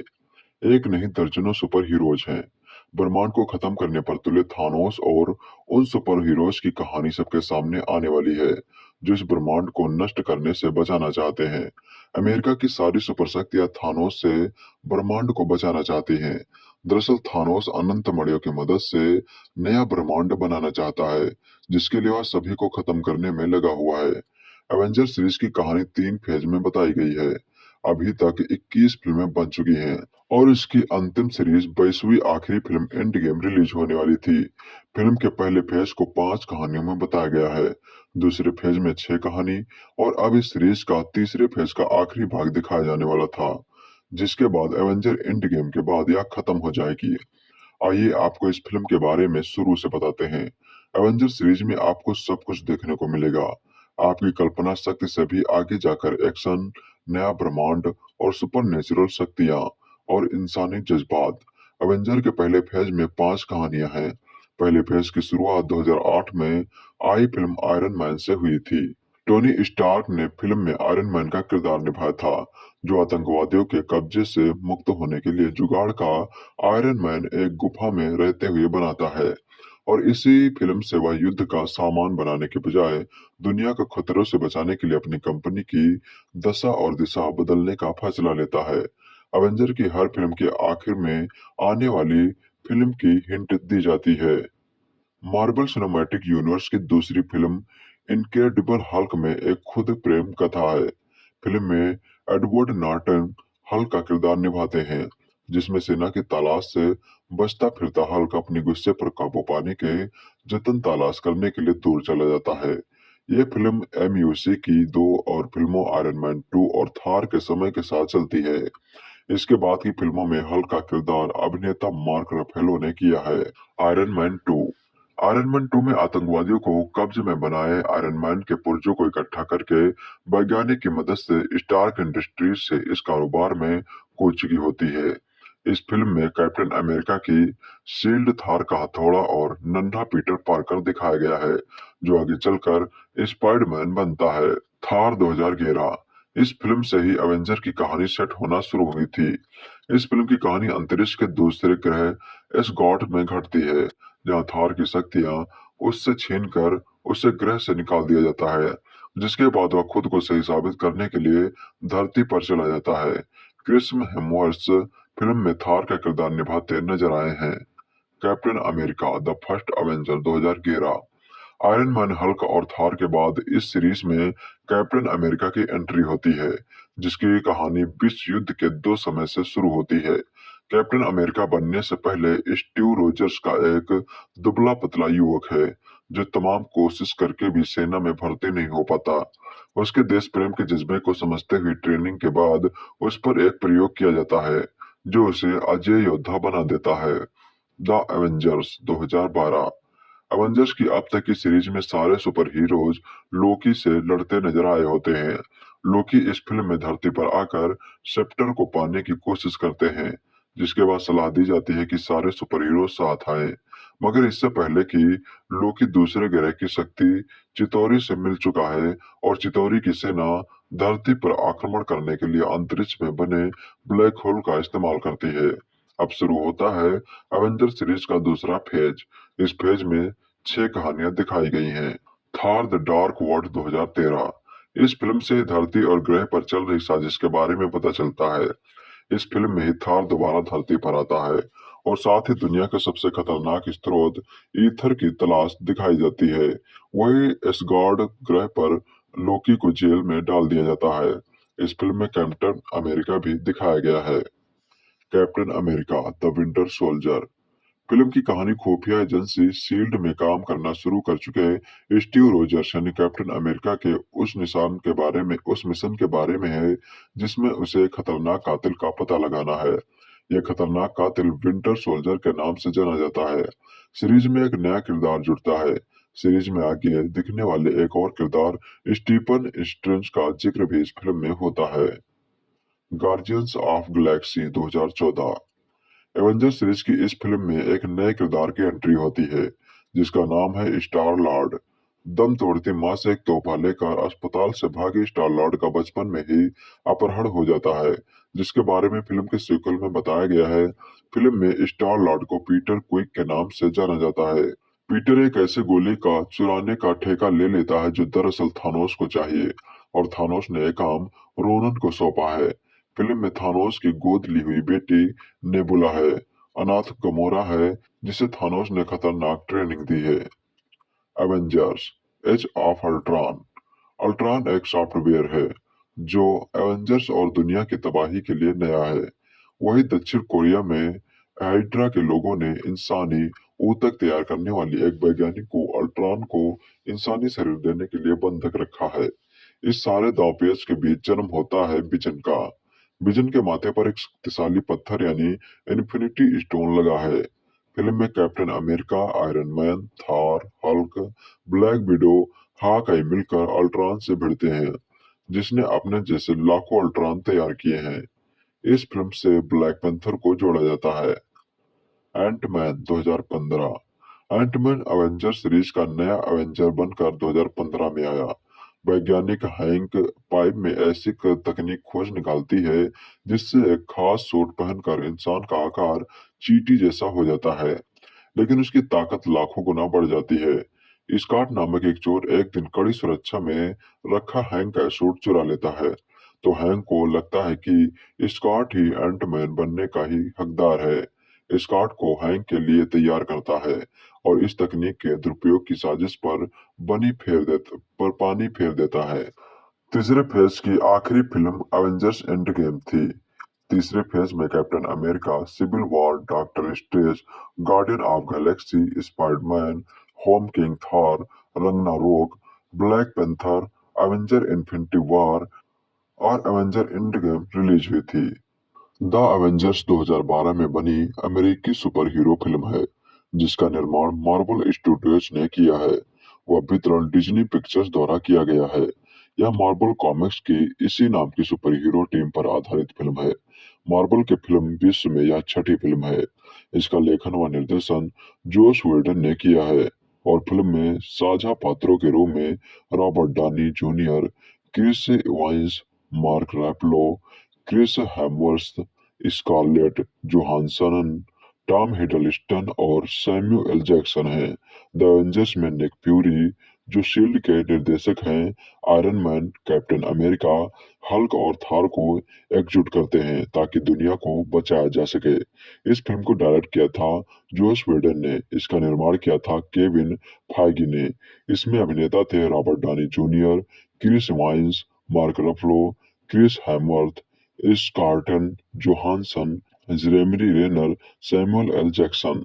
इसमें संगीत दिया था एलन सिल्वेस्ट्री ने। इस फिल्म की लागत 220 मिलियन थी। द एवेंजर्स का विकास कार्य अप्रैल 2005 में शुरू हुआ था जब मार्वल स्टूडियोज को मोरिल लिंच का प्रस्ताव मिला। मई 2008 में आयरन मैन की सफलता के बाद मार्वल ने घोषणा की कि द एवेंजर्स को जुलाई 2011 में रिलीज किया जाएगा। स्कारलेट जोहानसन को मार्च 2009 में लेने के बाद फिल्म को 2012 में ढकेल दिया गया। वेडन को अप्रैल 2010 में फिल्म पर लाया गया जिन्होंने कथानक को पुनः लिखा जिसे जैक पेन ने लिखा था।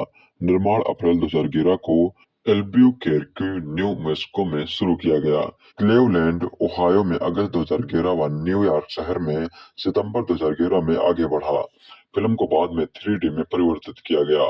द एवेंजर्स को 11 अप्रैल 2012 को दुनिया भर में, 27 अप्रैल 2012 को भारत में व 4 मई 2011 को अमेरिका में 3D में रिलीज किया गया था। निक फ्यूरी शील्ड के निर्देशक एक खुदाई के दौरान वीरान अनुसंधान प्रयोगशाला में पहुंचते हैं। एक टेसरैक्ट, एक नीले रंग का क्यूब जिसमें अज्ञात शक्तियां हैं, ने चालू होकर ब्रह्मांड में एक द्वार खोल दिया है जिससे बहिष्करण नर्स देवता लोकी बाहर आ जाता है।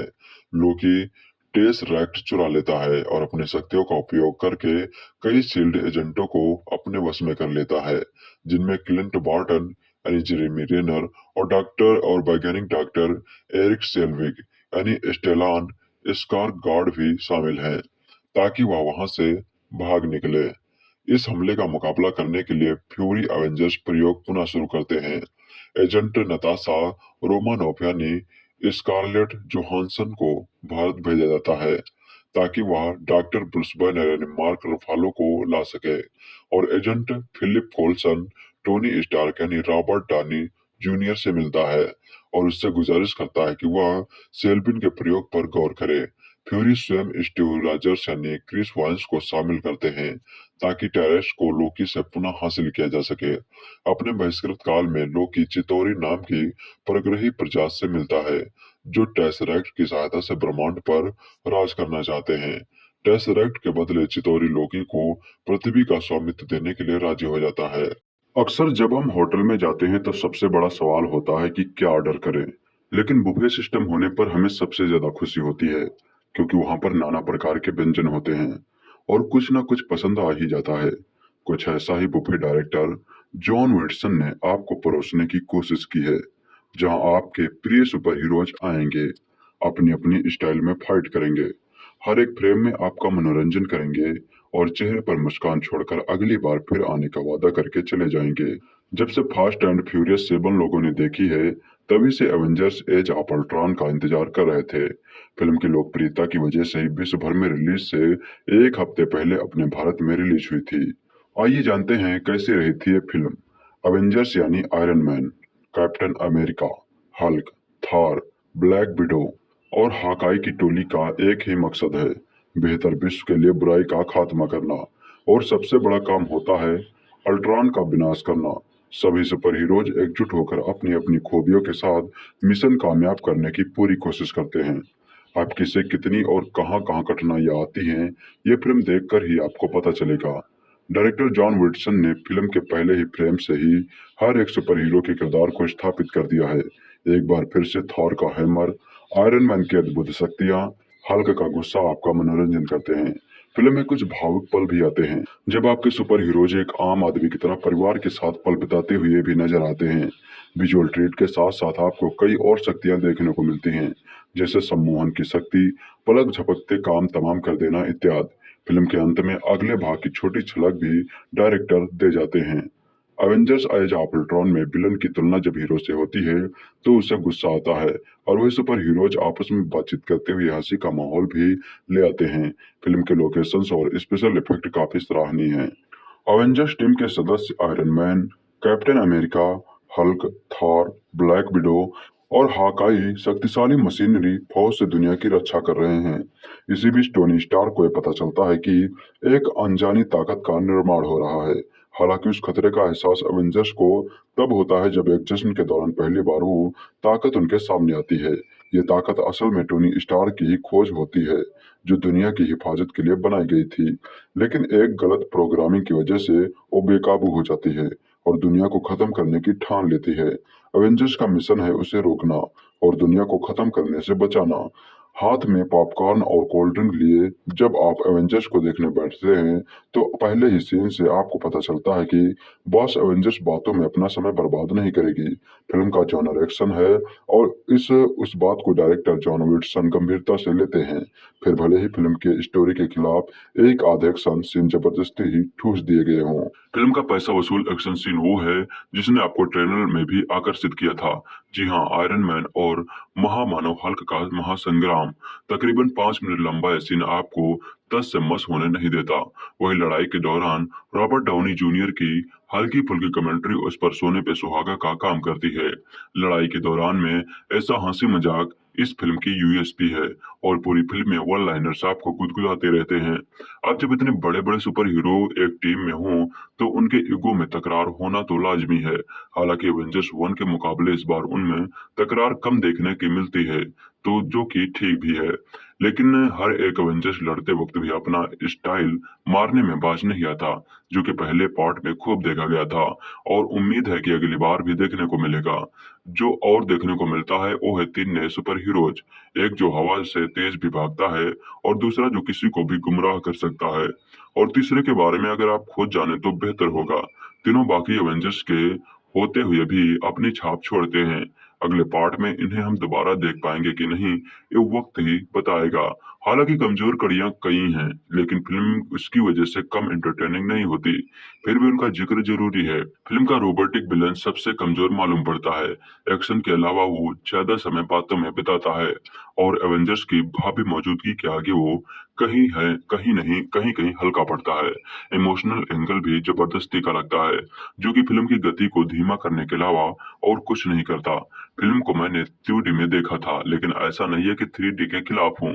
फिल्म के कुछ कमाल के दृश्य हैं जिनको आप 3D चश्मे से झांके तो उसे देखने का मजा दोगुना हो सकता है, लेकिन 3D और 2D के चयन में ज्यादा समय बर्बाद करने की जरूरत नहीं है, ना ही फिल्म में अपना दिमाग लगाने की जरूरत है। फैमिली के साथ जाइए, दोस्तों के साथ या फिर अकेले, फिल्म आपका मनोरंजन जरूर करेगी। अवेंजर्स एज ऑफ अल्ट्रॉन को हिंदी में अवेंजर्स कलयुग का महायुद्ध नाम से रिलीज किया गया है और फिल्म की थीम पर यह नाम बिल्कुल सटीक बैठता है। मार्वल कॉमिक्स के सुपर हीरो पर आधारित फिल्म का नाम भी कॉमिक्स जैसा ही होना चाहिए। अंग्रेजी के साथ साथ इसे तमिल, तेलुगु और हिंदी में डब किया गया है और यूएस से 1 सप्ताह पहले ही भारतीय दर्शकों को यह फिल्म देखने को मिल रही है। डबिंग आर्टिस्टों ने भी कुछ नया करने की कोशिश की है और फिल्म में 2 अंग्रेज किरदारों को हरियाणवी स्टाइल में हिंदी बोलते देखना बड़ा ही मजेदार है।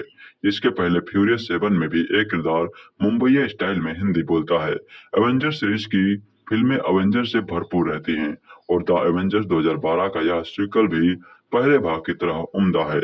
सुपर हीरोज फिल्मों की कहानी के बारे में तो सभी को पता रहता है कि ये अच्छाई बनाम बुराई के इर्द गिर्द रहती हैं, लेकिन संघर्ष का रोमांच और नवीनता दर्शकों को खास आकर्षित करता है। साथ ही तकनीक का साथ फिल्म को और ऊंचाइयों पर ले जाता है। अल्ट्रॉन का एक ही मकसद है, विश्व की तबाही, लेकिन उसके रास्ते में एवेंजर्स टीम है। Iron Man, Captain America, Thor, Black Widow, Hulk Hawkeye अपनी खूबियों के साथ विश्व को बचाने के लिए अपनी जान और परिवार की परवाह किए बिना अल्ट्रॉन से भिड़ जाते हैं। राह इतनी आसान नहीं है। इस मिशन को कामयाब बनाने के लिए उनको जमकर मशक्कत करनी होती है और उनका संघर्ष फिल्म को देखने लायक बनाता है। एवेंजर्स में भले ही सुपरमैन, स्पाइडरमैन जैसे बड़े सुपर हीरो नहीं हैं, बावजूद इसके आयरन मैन सहित सारे सुपर हीरो के कारनामे रोमांचित करते हैं और आपके अंदर मौजूद बचपन को गुदगुदाते हैं। सभी सुपर हीरो को महत्व दिया गया है, लेकिन आयरन मैन पर निर्देशक की कृपा दृष्टि ज्यादा रही है। वही बलशाली हल्क को कम फुटेज मिले हैं। अपनी पकड़ती भुजाओं से दुश्मनों को मसल देने वाले हल्क को ज्यादा समय तक देखने की हसरत दर्शकों में रहती है। जॉन वेटसन ने फिल्म को लिखा और निर्देशित किया। एवेंजर्स और अल्ट्रॉन के महायुद्ध के बीच कुछ पारिवारिक दृश्य भी उन्होंने डाले हैं जो इमोशन से भरपूर हैं। आखिरकार सुपर हीरोज को भी परिवार की जरूरत महसूस होती है और उनके दिल में भी भावनाओं के ज्वार उमड़ते हैं। हल्क और ब्लैक विडो के एक दूसरे के प्रति आकर्षित होने को भी बाखूबी दिखाया गया है। दोनों के अपने दर्द और भले ही वे आदित्य शक्तियों से लैस हों, लेकिन आम इंसान की तरह जीने की तड़प उनमें भी नजर आती है। ब्लैक विडो का दुख उस समय उभर आकर आता है जब हल्क को बताती है कि मां नहीं बन सकती क्योंकि ट्रेनिंग के दौरान उसे बाज बना दिया गया है। फिल्म का एक और महत्वपूर्ण ट्विस्ट यह है कि अल्ट्रॉन एवेंजर्स टीम के सदस्यों को आपस में भी लड़ाने की कोशिश करता है। हल्क और आयरन मैन के बीच एक बेहतरीन फाइटिंग सीक्वेंस है जो तालियां बजाने पर मजबूर कर देता है। क्लाइमैक्स की फाइट भी जबरदस्त है। जॉन वेटसन ने फिल्म को उन दर्शकों के अनुरूप बनाने की कोशिश की है जो सुपर हीरोज को पसंद करते हैं। हालांकि फिल्म में बीच में ऐसा वक्त भी आता है जब फिल्म ठहरी हुई लगती है। इस तेज गति से भागती फिल्म में कुछ दृश्य स्पीड ब्रेकर का काम करते हैं। फिल्म के अंत में कुछ नए सुपर हीरोज की झलक भी दिखाई गई है जो शायद अगले भाग में अपने कारनामे दिखाएंगे। आयरन मैन के रूप में रॉबर्ट डाउनी जूनियर सभी पर भारी पड़े हैं और उन्हें मजेदार संवाद भी मिले हैं। गुस्से से हरा होने वाला हल्क का डॉक्टर वेनर के रूप में दूसरा रूप भी देखने को मिलता है और इसे मार्क रफेलो ने बेहतरीन तरीके से अदा किया है। कैप्टन अमेरिका के रूप में क्रिस इवांस बेहद फिट नजर आए हैं। स्कारलेट जोहानसन ने ब्लैक विडो का किरदार निभाया है। बाइक वाला स्टंट उन्होंने बाखूबी किया है और वह सेक्सी भी नजर आई हैं। क्रिस हेम्सवर्थ, जेरेमी रेनर भी अपनी चमक बिखेरते हैं। सुपर ह्यूमन स्पीड वाले टेलर जॉनसन और उनकी बहन स्कारलेट विच के किरदार भी प्रभावी हैं। तकनीकी रूप से फिल्म शानदार है। स्पेशल इफेक्ट इतनी सफाई से पेश किए गए हैं कि बिल्कुल वास्तविक लगते हैं। बैकग्राउंड म्यूजिक, सिनेमेटोग्राफी, एडिटिंग सहित फिल्म के सारे डिपार्टमेंट मजबूत हैं। 3D इफेक्ट फिल्म को प्रभावशाली बनाता है। अवेंजर्स एज ऑफ अल्ट्रॉन 2015 में बनी अमेरिकी सुपर हीरो फिल्म है। ये 2012 की द अवेंजर्स की अगली कड़ी है। इसमें Iron Man, Thor, Black Widow, Captain America, Hawkeye और हल्क हैं। उनको चुनौती देने के लिए बिग सिल्वर और स्कॉट लैंग्वेज खलनायक की भूमिकाओं में है, तो कृत्रिम बुद्धिमत्ता से युक्त अल्ट्रॉन भी। कहानी कुछ इस तरह की है कि आयरन मैन और उनके सभी साथी मिलकर लोकी की छड़ी वापस पाने के लिए एक अभियान को अंजाम दे रहे हैं। वही उनका सामना दो म्यूटेड जुड़वा क्विक सिल्वर और स्कारलेट विच से होता है। वहां पर टोनी को लोकी की छड़ी भी मिलती है और तभी स्कारलेट विच उसे विनाश का दृश्य दिखाती है जिसमें सभी अवेंजर्स बुरी तरह घायल व मृत अवस्था में पड़े हैं। वह कहते हैं कि ये सब टोनी की वजह से हुआ क्योंकि उसने दुनिया को बचाने की पूरी कोशिश नहीं की। तबाही का मंजर देखने के बाद टोनी स्टार्क ब्रूस बैनर के साथ मिलकर उस छड़ी के अंदर मौजूद कृत्रिम बुद्धिमत्ता में से एक प्रोग्राम बनाने का प्रयास करता है, पर बहुत कोशिश करने के बाद भी कुछ नहीं हो पाता और सब काम से थक जाने के बाद टोनी और ब्रूस अवेंजर्स की पार्टी के लिए निकल पड़ते हैं और जर्विस को अल्ट्रॉन प्रोग्राम की समस्या को दूर करने में लगा देते हैं। इसी बीच जर्विस और अल्ट्रॉन के बीच बहस होती है और अल्ट्रॉन गुस्से में आकर जर्विस को मार डालता है और सारे सिस्टम को अपने कब्जे में ले लेता है और पार्टी में घुस जाता है। पार्टी में अवेंजर्स और अल्ट्रॉन के बीच लड़ाई होती है और उसके शरीर को तोड़ देते हैं, पर वह दूसरी जगह अपना नया शरीर बना लेता है। अल्ट्रॉन मानवता का अंत करना चाहता है और इसलिए वो अडमेंटियम धातु से एक इंसानी शरीर व एक इंसानी मशीन बनाता है और शरीर को अल्ट्रॉन से छीनकर टोनी और ब्रूस सर्विस जो अल्ट्रॉन के द्वारा मारे जाने पर खुद को बचाने के लिए इंटरनेट पर अपलोड होकर अपनी याददाश्त मिटा देता है, पर टोनी स्टार्क उसे पुनः ढूंढकर जीवित कर देता है की सहायता से उस शरीर को जीवित कर देते हैं। और इस प्रकार एक नए सुपर हीरो विजन का जन्म होता है, जिसके माथे पर वो पीला जादुई पत्थर है जिससे विनाश की अद्भुत क्षमता है। उधर अल्ट्रॉन पूरे शहर को ऊपर उठाकर उसे एक उल्का की भांति पृथ्वी पर गिराना चाहता है। तभी निक फ्यूरी भी अपना जहाज लेकर वहां उस शहर के पास पहुंच जाता है और सभी लोगों को सुरक्षित निकाल देता है। शहर खाली हो जाने पर टोनी और थार मिलकर उस शहर को हवा में ही रख देते हैं और सभी बच जाते हैं। इस फिल्म का फिल्मांकन 11 फरवरी 2014 में जोहान्सबर्ग, साउथ अफ्रीका में हुआ था। इसके बाद 22 मार्च को इसके निर्माता इटली गए और 28 मार्च तक वहीं पर फिल्मांकन हुआ। 8 अप्रैल को शूटिंग इंग्लैंड में हुई, जो कि 1940 के फ्लैशबैक सीक्वेंस के लिए थी। इसके अतिरिक्त इसकी शूटिंग दक्षिण कोरिया, बांग्लादेश और न्यूयॉर्क में भी हुई थी। हाँफते हुए भारतीय बॉक्स ऑफिस के लिए उम्मीद की किरण बनकर आ रही थी हॉलीवुड की फिल्में। उस हफ्ते रिलीज हुई सुपर हीरोज के जमावड़े वाली film Avengers Age of Ultron. Hollywood में यह सीजन बड़ी फिल्मों का है और बॉलीवुड की ओर से कोई बड़ा धमाका नहीं हो रहा है, तो ऐसे में हॉलीवुड की ये फिल्में भारतीय सिनेमाघरों की तरलहार बनी हुई हैं। हाल ही में फास्ट एंड फ्यूरियस ने कुपोषण की मार झेल रहे भारतीय बॉक्स ऑफिस को कुछ खुराक दी, तो अब बारी एवेंजर्स एज ऑफ अल्ट्रॉन की है। पहली बार किसी फिल्म में इतने ढेर सारे सुपर हीरोज देखने को मिलेंगे जो फिल्म को ऊर्जा और मस्ती से भरपूर बनाते हैं। सुपर हीरो से भरी यह फिल्म लगभग 2.5 घंटे के लिए ऐसे संसार में ले जाती है जो सोच से परे है, जिसमें टेक्नोलॉजी, ईश्वरीय ताकत और मानवीय हौसलों का मजेदार मिश्रण देखने को मिलता है। इसमें Iron Man, Thor, Black Widow, Captain America, Hawkeye, Hulk, उनको चुनौती देने के लिए विक्सलर और स्कारलेट विच हैं, तो आर्टिफिशियल इंटेलिजेंस से लैस अल्ट्रॉन भी। कहानी कुछ इस तरह की है कि आयरन मैन और उनके साथी मिलकर एक अभियान को अंजाम दे रहे होते हैं। यही उनकी मुठभेड़ क्विक सिल्वर और विच से होती है। तबाही का मंजर देखने के बाद टोनी स्टार्क अपने साथी के साथ मिलकर आर्टिफिशियल इंटेलिजेंस से शांति सेना तैयार करने की कोशिश करता है। एक मशीनी सेना वह अल्ट्रॉन बनाता है, लेकिन दांव उल्टा पड़ जाता है। अल्ट्रॉन इस फलसफे पर काम करता है कि पहले उसी का अस्तित्व खत्म करो जिसने आपको अस्तित्व दिया है। इस तरह उसकी शुरुआत एवेंजर्स को खत्म करने की कोशिश से होती है। फिर शुरू होता है तबाही और स्पेशल इफेक्ट का सिलसिला। फिल्म की कहानी में मसाला है, एक्शन है, इमोशन है और इतनी ही मात्रा में सुपर हीरो भी हैं और उनकी धुनाई भी। हर चीज दबकर है। यही बातें इसमें खास भी बनाती हैं और कमजोर भी। कहीं कहीं एवेंजर्स की ओवरडोज लग सकती है, लेकिन मनोरंजन भरपूर होने की वजह से यह बात याद नहीं रहती। एक्शन सीक्वेंस हैरत अंगेज हैं, स्पेशल इफेक्ट आंखें खोल देने वाले हैं। कह सकते हैं कि हॉलीवुड की इस तरह की फिल्में बनाने में अभी बॉलीवुड को बहुत ही लंबा सफर तय करना होगा। मार्वल कॉमिकल कैरेक्टर्स के फैंस के लिए यह फिल्म सही ट्रीट है। अपने सीक्वल से एक्शन और सुपर हीरोज की राह पर फिल्म एक कदम आगे बढ़ती है।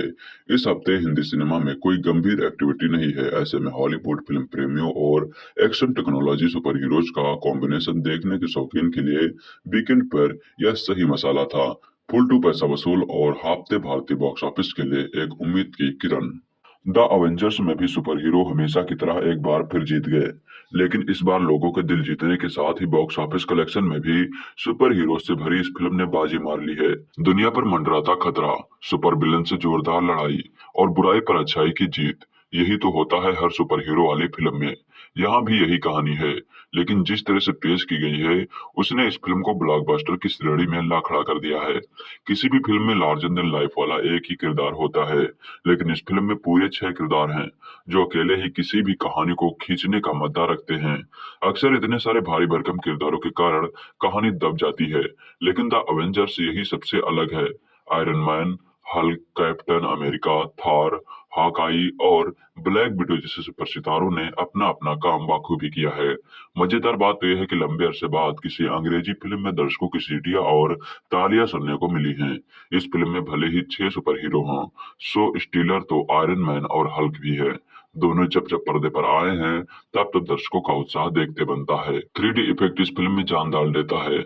बेहतरीन साउंड और एक्शन दृश्यों से सजी द अवेंजर्स दर्शकों को बांधे रखने के साथ ही उन्हें तालियां बजाने के कई मौके देती है। पौराणिक कथाओं के शैतानी के देवता लोकी द्वारा इंसानों का उपहास बनाना और हल्क द्वारा उसकी पिटाई पर दर्शक सिनेमा हॉल सिर पर उठा लेते हैं।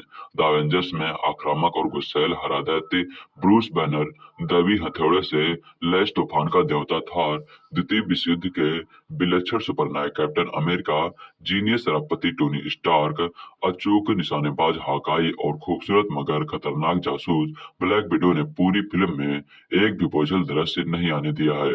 कुल मिलाकर पैसा वसूल फिल्म है अवेंजर्स। अगर आप भी अवेंजर सीरीज के बारे में नहीं जानते हैं तो आइए जानते हैं। ये रोमांटिक कहानी नहीं है जो आपका दिल मोह ले। ये कहानी है ब्रह्मांड को खत्म करने पर तुले एक विलन और उसे रोकने वाले सुपर हीरोज की। अवेंजर यूं तो हॉलीवुड फिल्म है, लेकिन यह दुनिया भर में इतनी लोकप्रिय हो गई है कि भारत तक में इसने कमाई के रिकॉर्ड तोड़ चुकी है। अगर आपने यह फिल्म नहीं देखी है तो आइए जानते हैं इसकी कहानी के बारे में। यकीन मानिए इस कहानी को जानने के बाद एवेंजर सीरीज की 21 फिल्मों को देखने के लिए आप मजबूर हो जाएंगे। एक नहीं दर्जनों सुपर हीरोज हैं। ब्रह्मांड को खत्म करने पर तुले थानोस और उन सुपर हीरोज की कहानी सबके सामने आने वाली है जो इस ब्रह्मांड को नष्ट करने से बचाना चाहते हैं। अमेरिका की सारी सुपर शक्तियां थानोस से ब्रह्मांड को बचाना चाहती हैं। दरअसल थानोस अनंत मणियों की मदद से नया ब्रह्मांड बनाना चाहता है जिसके लिए वह सभी को खत्म करने में लगा हुआ है। एवेंजर सीरीज की कहानी 3 फेज में बताई गई है। अभी तक 21 फिल्में बन चुकी हैं और इसकी अंतिम सीरीज 22वीं आखिरी फिल्म एंड गेम रिलीज होने वाली थी। फिल्म के पहले फेज को 5 कहानियों में बताया गया है, दूसरे फेज में 6 कहानी और अब इस सीरीज का तीसरे फेज का आखिरी भाग दिखाया जाने वाला था, जिसके बाद एवेंजर एंड गेम के बाद यह खत्म हो जाएगी। आइए आपको इस फिल्म के बारे में शुरू से बताते हैं। एवेंजर सीरीज में आपको सब कुछ देखने को मिलेगा। आपकी कल्पना शक्ति से भी आगे जाकर एक्शन, नया ब्रह्मांड और सुपर नेचुरल शक्तियां और इंसानी जज्बात।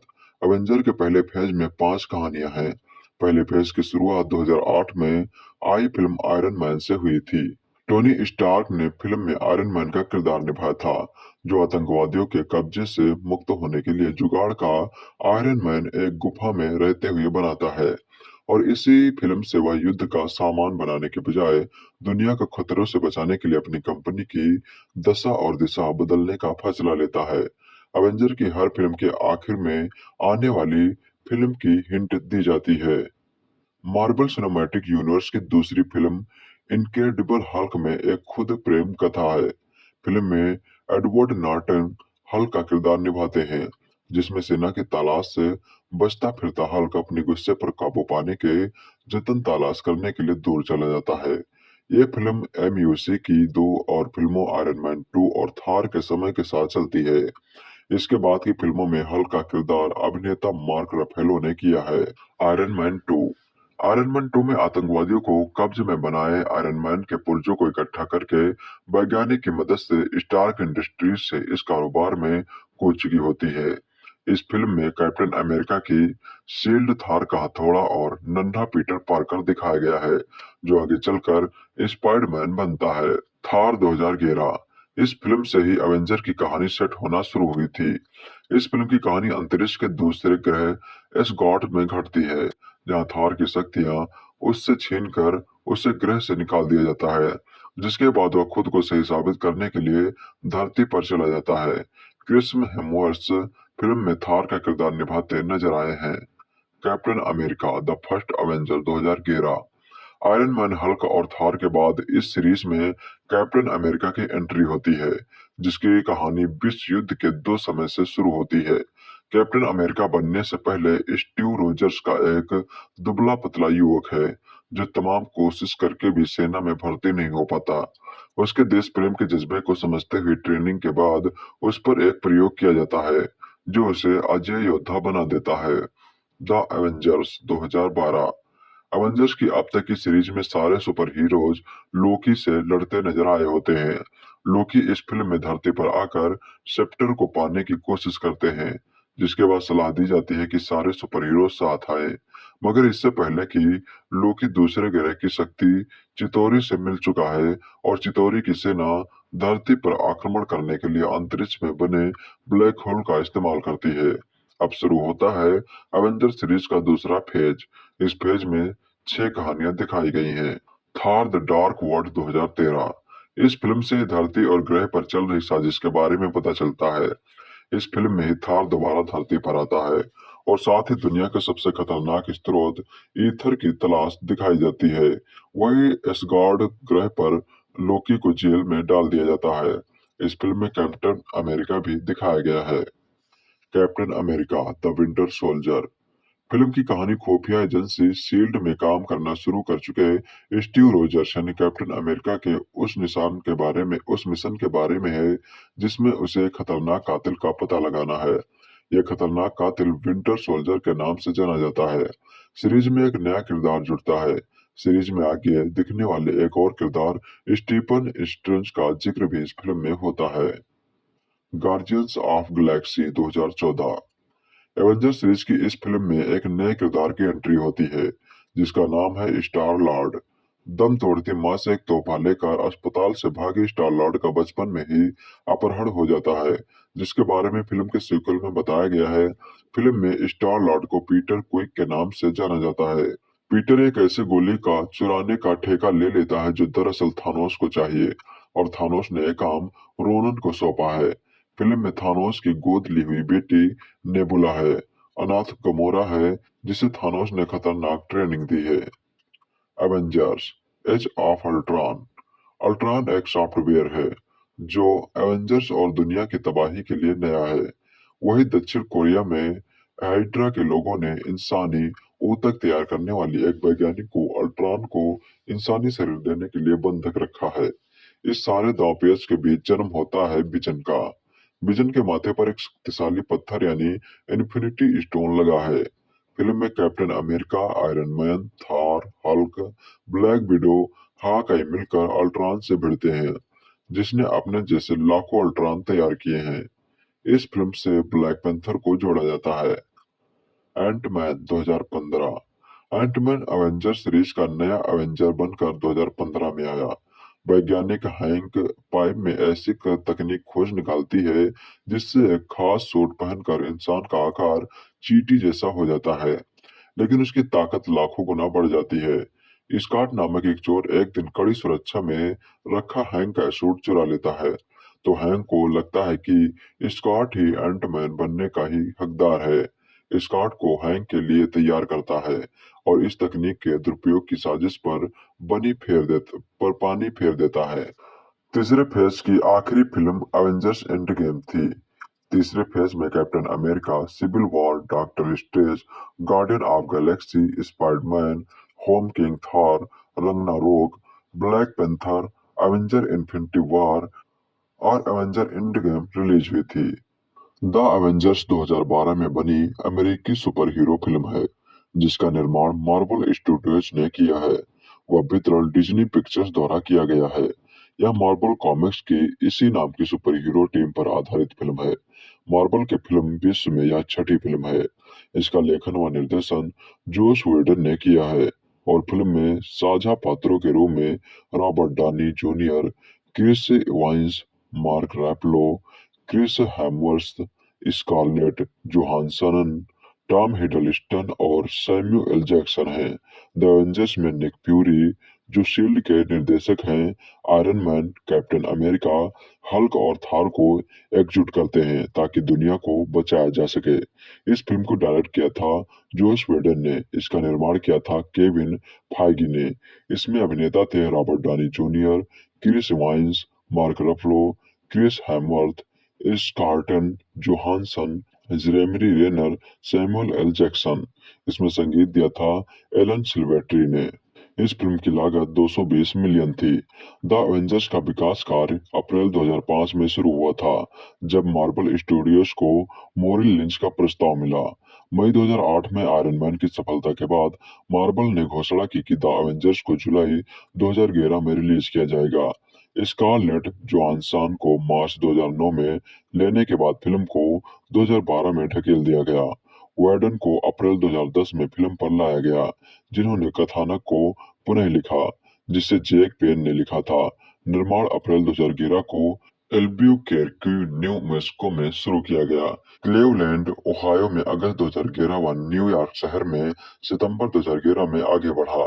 फिल्म को बाद में 3D में परिवर्तित किया गया। द एवेंजर्स को 11 अप्रैल 2012 को दुनिया भर में, 27 अप्रैल 2012 को भारत में व 4 मई 2011 को अमेरिका में 3D में रिलीज किया गया था। निक फ्यूरी शील्ड के निर्देशक एक खुदाई के दौरान वीरान अनुसंधान प्रयोगशाला में पहुंचते हैं।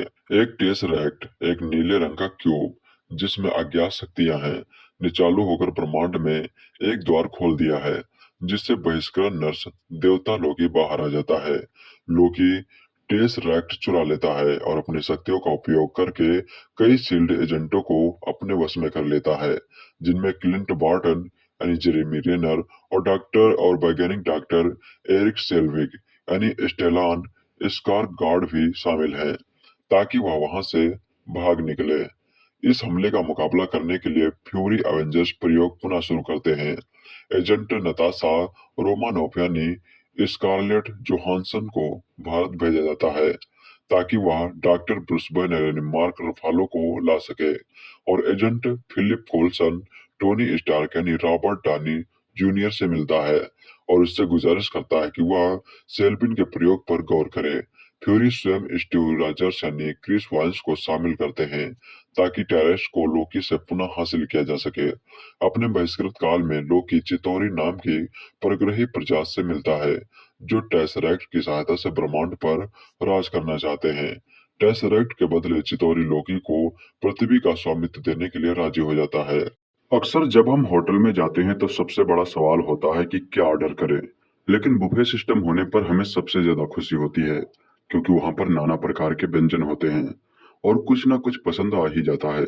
कुछ ऐसा ही बुफे डायरेक्टर जॉन विटसन ने आपको परोसने की कोशिश की है, जहां आपके प्रिय सुपर हीरोज आएंगे, अपनी अपनी स्टाइल में फाइट करेंगे, हर एक फ्रेम में आपका मनोरंजन करेंगे और चेहरे पर मुस्कान छोड़कर अगली बार फिर आने का वादा करके चले जाएंगे। जब से फास्ट एंड फ्यूरियस 7 लोगों ने देखी है, तभी से एवेंजर्स एज ऑफ अल्ट्रॉन का इंतजार कर रहे थे। फिल्म की लोकप्रियता की वजह से विश्व भर में रिलीज से एक हफ्ते पहले अपने भारत में रिलीज हुई थी। आइए जानते हैं कैसी रही थी ये फिल्म। एवेंजर्स यानी iron Man, Captain America, Hulk, Thor, Black window और हाकाई की टोली का एक ही मकसद है, बेहतर विश्व के लिए बुराई का खात्मा करना, और सबसे बड़ा काम होता है अल्ट्रॉन का विनाश करना। सभी सुपर हीरोज एकजुट होकर अपनी अपनी खूबियों के साथ मिशन कामयाब करने की पूरी कोशिश करते हैं। अब किसे कितनी और कहां कहां कठिनाइयां आती हैं, ये फिल्म देखकर ही आपको पता चलेगा। डायरेक्टर जॉन विटसन ने फिल्म के पहले ही फ्रेम से ही हर एक सुपर हीरो के किरदार को स्थापित कर दिया है। एक बार फिर से थॉर का हैमर, आयरन मैन की अद्भुत शक्तियां, हल्क का गुस्सा आपका मनोरंजन करते हैं। फिल्म में कुछ भावुक पल भी आते हैं, जब आपके सुपर हीरोज एक आम आदमी की तरह परिवार के साथ पल बिताते हुए भी नजर आते हैं। विजुअल ट्रीट के साथ साथ आपको कई और शक्तियां देखने को मिलती हैं, जैसे सम्मोहन की शक्ति, पलक झपकते काम तमाम कर देना इत्यादि। फिल्म के अंत में अगले भाग की छोटी झलक भी डायरेक्टर दे जाते हैं। एवेंजर्स एज ऑफ अल्ट्रॉन में विलन की तुलना जब हीरो से होती है तो उसे गुस्सा आता है, और वही सुपर हीरोज आपस में बातचीत करते हुए हंसी का माहौल भी ले आते हैं। फिल्म के लोकेशंस और स्पेशल इफेक्ट काफी सराहनीय हैं। एवेंजर्स टीम के सदस्य iron Man, Captain America, Hulk, Thor, Black window और हाकाई शक्तिशाली मशीनरी फौज से दुनिया की रक्षा कर रहे हैं। इसी बीच टोनी स्टार्क को यह पता चलता है कि एक अनजानी ताकत का निर्माण हो रहा है। हालांकि उस खतरे का एहसास एवेंजर्स को तब होता है जब एक जश्न के दौरान पहली बार वो ताकत उनके सामने आती है। ये ताकत असल में टोनी स्टार्क की ही खोज होती है, जो दुनिया की हिफाजत के लिए बनाई गई थी, लेकिन एक गलत प्रोग्रामिंग की वजह से वो बेकाबू हो जाती है और दुनिया को खत्म करने की ठान लेती है। एवेंजर्स का मिशन है उसे रोकना और दुनिया को खत्म करने से बचाना। हाथ में पॉपकॉर्न और कोल्ड ड्रिंक लिए जब आप एवेंजर्स को देखने बैठते हैं तो पहले ही सीन से आपको पता चलता है कि बॉस एवेंजर्स बातों में अपना समय बर्बाद नहीं करेगी। फिल्म का जॉनर एक्शन है और उस बात को डायरेक्टर जॉन विटसन गंभीरता से लेते हैं। फिर भले ही फिल्म के स्टोरी के खिलाफ एक आधे एक्शन सीन जबरदस्ती ही ठूस दिए गए हों। फिल्म का पैसा वसूल एक्शन सीन वो है जिसने आपको ट्रेलर में भी आकर्षित किया था। जी हाँ, आयरन मैन और महामानव हल्क का महासंग्राम। तकरीबन 5 मिनट लंबा यह सीन आपको तस से मस होने नहीं देता। वही लड़ाई के दौरान रॉबर्ट डाउनी जूनियर की हल्की फुल्की कमेंट्री उस पर सोने पे सुहागा का काम करती है। लड़ाई के दौरान में ऐसा हंसी मजाक इस फिल्म की यूएसपी है और पूरी फिल्म में वन लाइनर्स आपको गुदगुदाते रहते हैं। अब जब इतने बड़े बड़े सुपर हीरो एक टीम में हों तो उनके ईगो में तकरार होना तो लाजमी है। हालांकि एवेंजर्स 1 के मुकाबले इस बार उनमें तकरार कम देखने की मिलती है, तो जो कि ठीक भी है। लेकिन हर एक एवेंजर्स लड़ते वक्त भी अपना स्टाइल मारने में बाज नहीं आता, जो कि पहले पार्ट में खूब देखा गया था और उम्मीद है कि अगली बार भी देखने को मिलेगा।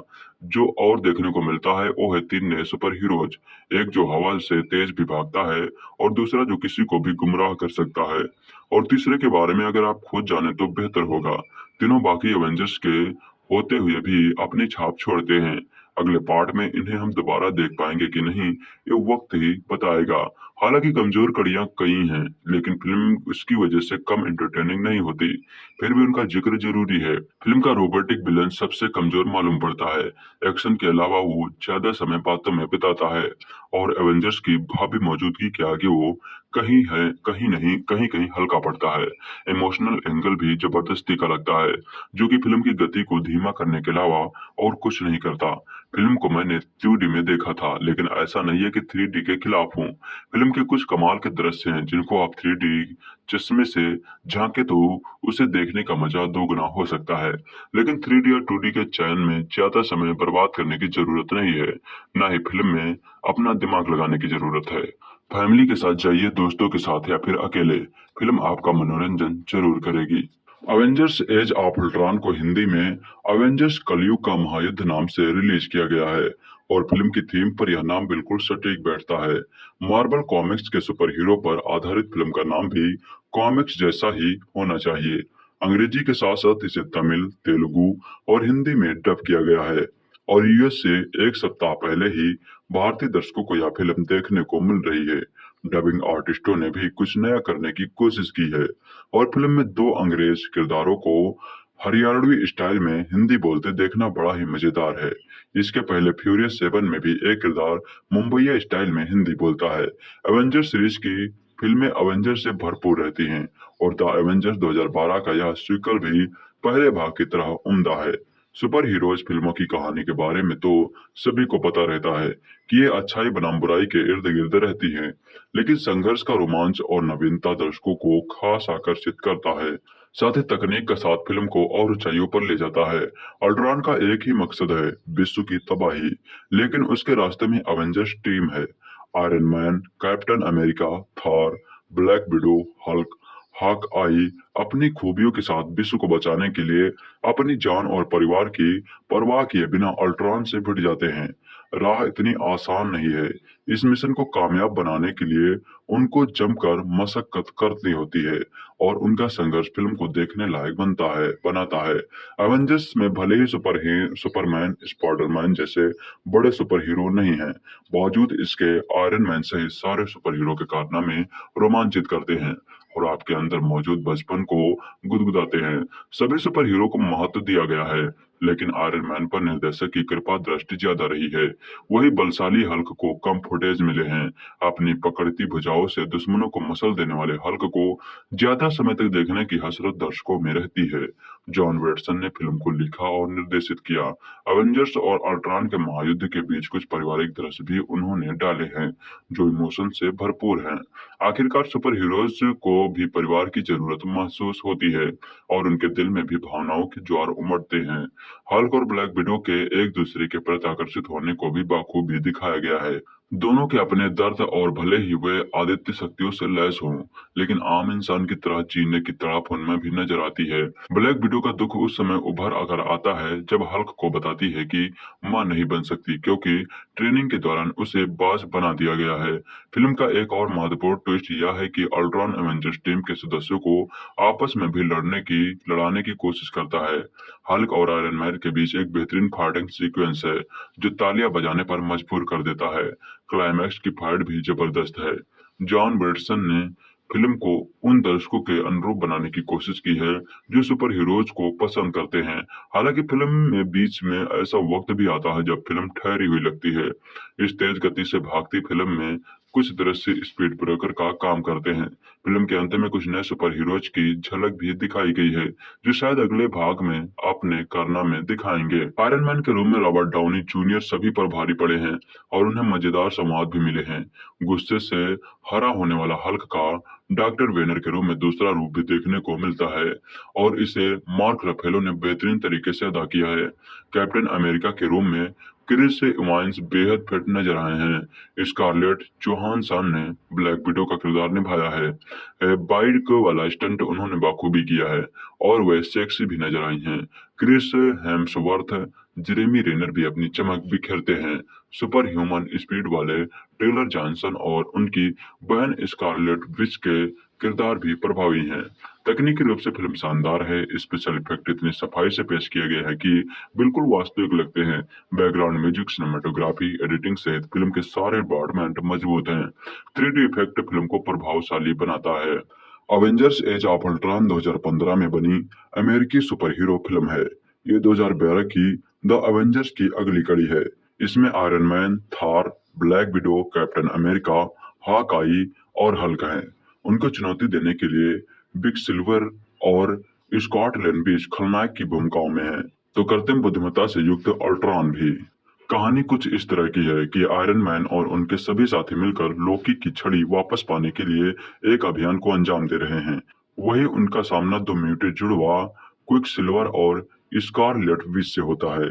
वहां पर टोनी को लोकी की छड़ी भी मिलती है और तभी स्कारलेट विच उसे विनाश का दृश्य दिखाती है, जिसमें सभी अवेंजर्स बुरी तरह घायल व मृत अवस्था में पड़े हैं। वे कहते हैं कि ये सब टोनी की वजह से हुआ, क्योंकि उसने दुनिया को बचाने की पूरी कोशिश नहीं की। तबाही का मंजर देखने के बाद टोनी स्टार्क ब्रूस बैनर के साथ मिलकर उस छड़ी के अंदर मौजूद कृत्रिम बुद्धिमत्ता में से एक प्रोग्राम बनाने का प्रयास करता है, पर बहुत कोशिश करने के बाद भी कुछ नहीं हो पाता और सब काम से थक जाने के बाद टोनी और ब्रूस अवेंजर्स की पार्टी के लिए निकल पड़ते हैं और जर्विस को अल्ट्रॉन प्रोग्राम की समस्या को दूर करने में लगा देते हैं। इसी बीच जर्विस और अल्ट्रॉन के बीच बहस होती है और अल्ट्रॉन गुस्से में आकर जर्विस को मार डालता है और सारे सिस्टम को अपने कब्जे में ले लेता है और पार्टी में घुस जाता है। पार्टी में अवेंजर्स और अल्ट्रॉन के बीच लड़ाई होती है और उसके शरीर को तोड़ देते हैं, पर वह दूसरी जगह अपना नया शरीर बना लेता है। अल्ट्रॉन मानवता का अंत करना चाहता है और इसलिए वो अडमेंटियम धातु से एक इंसानी शरीर व एक इंसानी मशीन बनाता है और शरीर को अल्ट्रॉन से छीनकर टोनी और ब्रूस सर्विस, जो अल्ट्रॉन के द्वारा मारे जाने पर खुद को बचाने के लिए इंटरनेट पर अपलोड होकर अपनी याददाश्त मिटा देता है, पर टोनी स्टार्क उसे पुनः ढूंढकर जीवित कर देता है की सहायता से उस शरीर को जीवित कर देते हैं और इस प्रकार एक नए सुपर हीरो विजन का जन्म होता है, जिसके माथे पर वो पीला जादुई पत्थर है जिससे विनाश की अद्भुत क्षमता है। उधर अल्ट्रॉन पूरे शहर को ऊपर उठाकर उसे एक उल्का की भांति पृथ्वी पर गिराना चाहता है। तभी निक फ्यूरी भी अपना जहाज लेकर वहां उस शहर के पास पहुंच जाता है और सभी लोगों को सुरक्षित निकाल देता है। शहर खाली हो जाने पर टोनी और थॉर मिलकर उस शहर को हवा में ही रख देते हैं और सभी बच जाते हैं। इस फिल्म का फिल्मांकन 11 फरवरी 2014 में जोहान्सबर्ग, साउथ अफ्रीका में हुआ था। इसके बाद 22 मार्च को इसके निर्माता इटली गए और 28 मार्च तक वहीं पर फिल्मांकन हुआ। 8 अप्रैल को शूटिंग इंग्लैंड में हुई, जो कि 1940 के फ्लैशबैक सीक्वेंस के लिए थी। इसके अतिरिक्त इसकी शूटिंग दक्षिण कोरिया, बांग्लादेश और न्यूयॉर्क में भी हुई थी। हाँफते हुए भारतीय बॉक्स ऑफिस के लिए उम्मीद की किरण बनकर आ रही थी हॉलीवुड की फिल्में। उस हफ्ते रिलीज हुई सुपर हीरोज के जमावड़े वाली film Avengers Age of Ultron. Hollywood में यह सीजन बड़ी फिल्मों का है और बॉलीवुड की ओर से कोई बड़ा धमाका नहीं हो रहा है, तो ऐसे में हॉलीवुड की ये फिल्में भारतीय सिनेमाघरों की तड़हार बनी हुई हैं। हाल ही में फास्ट एंड फ्यूरियस ने कुपोषण की मार झेल रहे भारतीय बॉक्स ऑफिस को कुछ खुराक दी, तो अब बारी एवेंजर्स एज ऑफ अल्ट्रॉन की है। पहली बार किसी फिल्म में इतने ढेर सारे सुपर हीरोज देखने को मिलेंगे जो फिल्म को ऊर्जा और मस्ती से भरपूर बनाते हैं। सुपर हीरो से भरी यह फिल्म लगभग 2.5 घंटे के लिए ऐसे संसार में ले जाते हैं जो सोच से परे है, जिसमें टेक्नोलॉजी, ईश्वरीय ताकत और मानवीय हौसलों का मजेदार मिश्रण देखने को मिलता है। इसमें Iron Man, Thor, Black Widow, Captain America, Hawkeye, Hulk, उनको चुनौती देने के लिए विक्सलर और स्कारलेट विच हैं, तो आर्टिफिशियल इंटेलिजेंस से लैस अल्ट्रॉन भी। कहानी कुछ इस तरह की है कि आयरन मैन और उनके साथी मिलकर एक अभियान को अंजाम दे रहे होते हैं। यही उनकी मुठभेड़ क्विक सिल्वर और बीच से होती है। तबाही का मंजर देखने के बाद टोनी स्टार्क अपने साथी के साथ मिलकर आर्टिफिशियल इंटेलिजेंस से शांति सेना तैयार करने की कोशिश करता है। एक मशीनी सेना वह अल्ट्रॉन बनाता है, लेकिन दांव उल्टा पड़ जाता है। अल्ट्रॉन इस फलसफे पर काम करता है कि पहले उसी का अस्तित्व खत्म करो जिसने आपको अस्तित्व दिया है। इस तरह उसकी शुरुआत एवेंजर्स को खत्म करने की कोशिश से होती है। फिर शुरू होता है तबाही और स्पेशल इफेक्ट का सिलसिला। फिल्म की कहानी में मसाला है, एक्शन है, इमोशन है और इतनी ही मात्रा में सुपर हीरो भी हैं और उनकी धुनाई भी। हर चीज दबकर है। यही बात इसमें खास भी बनाती हैं और कमजोर भी। कहीं कहीं एवेंजर्स की ओवरडोज लग सकती है, लेकिन मनोरंजन भरपूर होने की वजह से यह बात याद नहीं रहती। एक्शन सीक्वेंस हैरत अंगेज हैं, स्पेशल इफेक्ट आंखें खोल देने वाले हैं। कह सकते हैं कि हॉलीवुड की इस तरह की फिल्में बनाने में अभी बॉलीवुड को बहुत ही लंबा सफर तय करना होगा। मार्वल कॉमिकल कैरेक्टर्स के फैंस के लिए यह फिल्म सही ट्रीट है। अपने सीक्वल से एक्शन और सुपर हीरोज की राह पर फिल्म एक कदम आगे बढ़ती है। इस हफ्ते हिंदी सिनेमा में कोई गंभीर एक्टिविटी नहीं है। ऐसे में हॉलीवुड फिल्म प्रेमियों और एक्शन टेक्नोलॉजी सुपर हीरोज का कॉम्बिनेशन देखने के शौकीन के लिए वीकेंड पर यह सही मसाला था। फुल टू पैसा वसूल और हफ्ते भारतीय बॉक्स ऑफिस के लिए एक उम्मीद की किरण। द अवेंजर्स में भी सुपर हीरो हमेशा की तरह एक बार फिर जीत गए, लेकिन इस बार लोगों के दिल जीतने के साथ ही बॉक्स ऑफिस कलेक्शन में भी सुपर हीरो से भरी इस फिल्म ने बाजी मार ली है। दुनिया पर मंडराता खतरा, सुपर विलन से जोरदार लड़ाई और बुराई पर अच्छाई की जीत, यही तो होता है हर सुपर हीरो वाली फिल्म में। यहाँ भी यही कहानी है, लेकिन जिस तरह से पेश की गई है उसने इस फिल्म को ब्लॉकबस्टर की श्रेणी में ला खड़ा कर दिया है। किसी भी फिल्म में लार्जर देन लाइफ वाला एक ही किरदार होता है, लेकिन इस फिल्म में पूरे 6 किरदार हैं जो अकेले ही किसी भी कहानी को खींचने का मद्दा रखते हैं।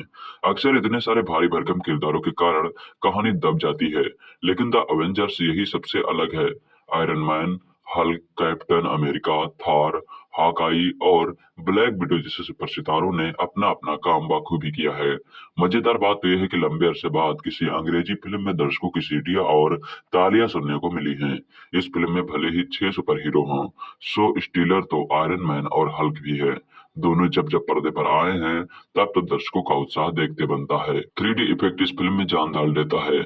बेहतरीन साउंड और एक्शन दृश्यों से सजी द अवेंजर्स दर्शकों को बांधे रखने के साथ ही उन्हें तालियां बजाने के कई मौके देती है। पौराणिक कथाओं के शैतानी के देवता लोकी द्वारा इंसानों का उपहास बनाना और हल्क द्वारा उसकी पिटाई पर दर्शक सिनेमा हॉल सिर पर उठा लेते हैं। द अवेंजर्स में आक्रामक और गुस्सैल हरा दैत्य ब्रूस बैनर, दैवी हथौड़े से लैस तूफान का देवता थॉर, द्वितीय विश्व युद्ध के विलक्षण सुपरनायक कैप्टन अमेरिका, जीनियस रबपति टोनी स्टार्क, अचूक निशानेबाज हॉकाई और खूबसूरत मगर खतरनाक जासूस ब्लैक विडो ने पूरी फिल्म में एक भी बोझल दृश्य नहीं आने दिया है। कुल मिलाकर पैसा वसूल फिल्म है अवेंजर्स। अगर आप भी अवेंजर्स सीरीज के बारे में नहीं जानते हैं तो आइए जानते हैं। ये रोमांटिक कहानी नहीं है जो आपका दिल मोह ले। ये कहानी है ब्रह्मांड को खत्म करने पर तुले एक विलन और उसे रोकने वाले सुपर हीरोज की। अवेंजर यूं तो हॉलीवुड फिल्म है, लेकिन यह दुनिया भर में इतनी लोकप्रिय हो गई है कि भारत तक में इसने कमाई के रिकॉर्ड तोड़ चुकी है। अगर आपने यह फिल्म नहीं देखी है तो आइए जानते हैं इसकी कहानी के बारे में। यकीन मानिए इस कहानी को जानने के बाद एवेंजर सीरीज की 21 फिल्मों को देखने के लिए आप मजबूर हो जाएंगे। एक नहीं दर्जनों सुपर हीरोज हैं। ब्रह्मांड को खत्म करने पर तुले थानोस और उन सुपर हीरोज की कहानी सबके सामने आने वाली है जो इस ब्रह्मांड को नष्ट करने से बचाना चाहते हैं। अमेरिका की सारी सुपर शक्तियां थानोस से ब्रह्मांड को बचाना चाहती हैं। दरअसल थानोस अनंत मणियों की मदद से नया ब्रह्मांड बनाना चाहता है, जिसके लिए वह सभी को खत्म करने में लगा हुआ है। एवेंजर सीरीज की कहानी 3 फेज में बताई गई है। अभी तक 21 फिल्में बन चुकी हैं और इसकी अंतिम सीरीज 22वीं आखिरी फिल्म एंड गेम रिलीज होने वाली थी। फिल्म के पहले फेज को 5 कहानियों में बताया गया है, दूसरे फेज में 6 कहानी और अब इस सीरीज का तीसरे फेज का आखिरी भाग दिखाया जाने वाला था, जिसके बाद एवेंजर एंड गेम के बाद यह खत्म हो जाएगी। आइए आपको इस फिल्म के बारे में शुरू से बताते हैं। एवेंजर सीरीज में आपको सब कुछ देखने को मिलेगा। आपकी कल्पना शक्ति से भी आगे जाकर एक्शन, नया ब्रह्मांड और सुपर नेचुरल शक्तियां और इंसानी जज्बात। एवेंजर के पहले फेज में 5 कहानियां हैं। पहले फेज की शुरुआत 2008 में आई फिल्म आयरन मैन से हुई थी। टोनी स्टार्क ने फिल्म में आयरन मैन का किरदार निभाया था, जो आतंकवादियों के कब्जे से मुक्त होने के लिए जुगाड़ का आयरन मैन एक गुफा में रहते हुए बनाता है और इसी फिल्म से वह युद्ध का सामान बनाने के बजाय दुनिया को खतरों से बचाने के लिए अपनी कंपनी की दशा और दिशा बदलने का फैसला लेता है। अवेंजर की हर फिल्म के आखिर में आने वाली फिल्म की हिंट दी जाती है। मार्वल सिनेमैटिक यूनिवर्स की दूसरी फिल्म इनक्रेडिबल हल्क में एक खुद प्रेम कथा है। फिल्म में एडवर्ड नॉर्टन हल्क का किरदार निभाते हैं, जिसमें सेना की तलाश से बचता फिरता हल्क अपने गुस्से पर काबू पाने के जतन तलाश करने के लिए दूर चला जाता है। यह फिल्म एमयूसी की दो और फिल्मों आयरन मैन 2 और थार के समय के साथ चलती है। इसके बाद की फिल्मों में हल्क का किरदार अभिनेता मार्क रफेलो ने किया है। आयरन मैन 2 आयरन मैन 2 में आतंकवादियों को कब्जे में बनाए आयरन मैन के पुर्जों को इकट्ठा करके वैज्ञानिक की मदद से स्टार्क इंडस्ट्रीज से इस कारोबार में कूच चुकी होती है। इस फिल्म में कैप्टन अमेरिका की शील्ड, थार का हथौड़ा और नन्हा पीटर पार्कर दिखाया गया है, जो आगे चलकर स्पाइडरमैन बनता है। थार 2011 इस फिल्म से ही अवेंजर की कहानी सेट होना शुरू हुई थी। इस फिल्म की कहानी अंतरिक्ष के दूसरे ग्रह एसगॉर्ड में घटती है, जहां थार की शक्तियां उससे छीनकर उसे ग्रह से निकाल दिया जाता है, जिसके बाद वह खुद को सही साबित करने के लिए धरती पर चला जाता है। क्रिस हेम्सवर्थ फिल्म में थार का किरदार निभाते नजर आए हैं। Captain America the first Avenger 2011 iron man, Hulk और थार के बाद इस सीरीज में कैप्टन अमेरिका की एंट्री होती है, जिसकी कहानी विश्व युद्ध के 2 समय से शुरू होती है। कैप्टन अमेरिका बनने से पहले स्टीव रोजर्स का एक दुबला पतला युवक है, जो तमाम कोशिश करके भी सेना में भर्ती नहीं हो पाता। उसके देश प्रेम के जज्बे को समझते हुए ट्रेनिंग के बाद उस पर एक प्रयोग किया जाता है, जो उसे अजय योद्धा बना देता है। द एवेंजर्स 2012 अवेंजर्स की अब तक की सीरीज में सारे सुपर हीरोज लोकी से लड़ते नजर आए होते हैं। लोकी इस फिल्म में धरती पर आकर सेप्टर को पाने की कोशिश करते हैं, जिसके बाद सलाह दी जाती है कि सारे सुपर हीरो साथ आए, मगर इससे पहले कि लोकी दूसरे ग्रह की शक्ति चितौरी से मिल चुका है और चितौरी की सेना धरती पर आक्रमण करने के लिए अंतरिक्ष में बने ब्लैक होल का इस्तेमाल करती है। अब शुरू होता है अवेंजर सीरीज का दूसरा फेज। इस फेज में 6 कहानियां दिखाई गई हैं। थार द डार्क वर्ल्ड 2013 इस फिल्म से धरती और ग्रह पर चल रही साजिश के बारे में पता चलता है। इस फिल्म में ही थार दोबारा धरती पर आता है और साथ ही दुनिया के सबसे खतरनाक स्रोत ईथर की तलाश दिखाई जाती है। वही एसगार्ड ग्रह पर लोकी को जेल में डाल दिया जाता है। इस फिल्म में कैप्टन अमेरिका भी दिखाया गया है। Captain America the winter soldier film की कहानी खुफिया एजेंसी शील्ड में काम करना शुरू कर चुके स्टीव रोजर्स यानी कैप्टन अमेरिका के उस मिशन के बारे में है, जिसमें उसे खतरनाक कातिल का पता लगाना है। यह खतरनाक कातिल विंटर सोल्जर के नाम से जाना जाता है। सीरीज में एक नया किरदार जुड़ता है। सीरीज में आगे दिखने वाले एक और किरदार स्टीफन स्ट्रेंज का जिक्र भी इस फिल्म में होता है। Guardians of Galaxy 2014 Avenger series की इस फिल्म में एक नए किरदार की एंट्री होती है, जिसका नाम है स्टार लॉर्ड। दम तोड़ती मां से एक तोहफा लेकर अस्पताल से भागे स्टार लॉर्ड का बचपन में ही अपहरण हो जाता है, जिसके बारे में फिल्म के सीक्वल में बताया गया है। फिल्म में स्टार लॉर्ड को पीटर क्विक के नाम से जाना जाता है। पीटर एक ऐसे गोली का चुराने का ठेका ले लेता है जो दरअसल थानोस को चाहिए, और थानोस ने यह काम रोनन को सौंपा है। फिल्म में थानोस की गोद ली हुई बेटी नेबुला है, अनाथ गमोरा है, जिसे थानोस ने खतरनाक ट्रेनिंग दी है। Avengers Age of Ultron Ultron एक सॉफ्टवेयर है जो एवेंजर्स और दुनिया की तबाही के लिए नया है। वही दक्षिण कोरिया में हाइड्रा के लोगों ने इंसानी ऊतक तैयार करने वाली एक वैज्ञानिक को अल्ट्रॉन को इंसानी शरीर देने के लिए बंधक रखा है। इस सारे दांवपेच के बीच जन्म होता है विजन का। विजन के माथे पर एक शक्तिशाली पत्थर यानी इन्फिनिटी स्टोन लगा है। फिल्म में Captain America, Iron Man, Thor, Hulk, Black Widow, Hawkeye मिलकर अल्ट्रॉन से भिड़ते हैं, जिसने अपने जैसे लाखों अल्ट्रॉन तैयार किए हैं। इस फिल्म से ब्लैक पैंथर को जोड़ा जाता है। एंटमैन 2015 एंटमैन अवेंजर सीरीज का नया अवेंजर बनकर 2015 में आया। वैज्ञानिक हैंक पाइप में ऐसी तकनीक खोज निकालती है जिससे एक खास सूट पहनकर इंसान का आकार चींटी जैसा हो जाता है, लेकिन उसकी ताकत लाखों गुना बढ़ जाती है। स्कॉट नामक एक चोर एक दिन कड़ी सुरक्षा में रखा हैंक का सूट चुरा लेता है, तो हैंक को लगता है कि स्कॉट ही एंटमैन बनने का ही हकदार है। स्कॉट को हैंक के लिए तैयार करता है और इस तकनीक के दुरुपयोग की साजिश पर पानी फेर देता है। तीसरे फेज की आखिरी फिल्म अवेंजर्स एंड गेम थी। तीसरे फेज में Captain America, Civil War, doctor Strange, Guardian of Galaxy, Spiderman, Homecoming, Thor, Ragnarok, Black Panther, Avenger Infinity War और एवेंजर एंड गेम रिलीज हुई थी।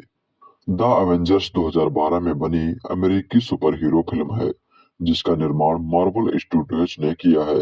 वह वितरण डिज्नी पिक्चर्स द्वारा किया गया है। यह मार्वल कॉमिक्स की इसी नाम की सुपर हीरो टीम पर आधारित फिल्म है।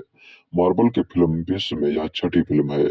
इसका लेखन व निर्देशन जोश वेडन ने किया है और फिल्म में साझा पात्रों के रूप में Robert Downey Junior, Chris Evans, Mark Ruffalo, Chris Hemsworth, Scarlett Johansson, Tom Hiddleston और सैम्यूएल एल जैक्सन हैं। द एवेंजर्स में निक फ्यूरी जो शील्ड के निर्देशक हैं, Iron Man, Captain America, Hulk और थार को एकजुट करते हैं ताकि दुनिया को बचाया जा सके।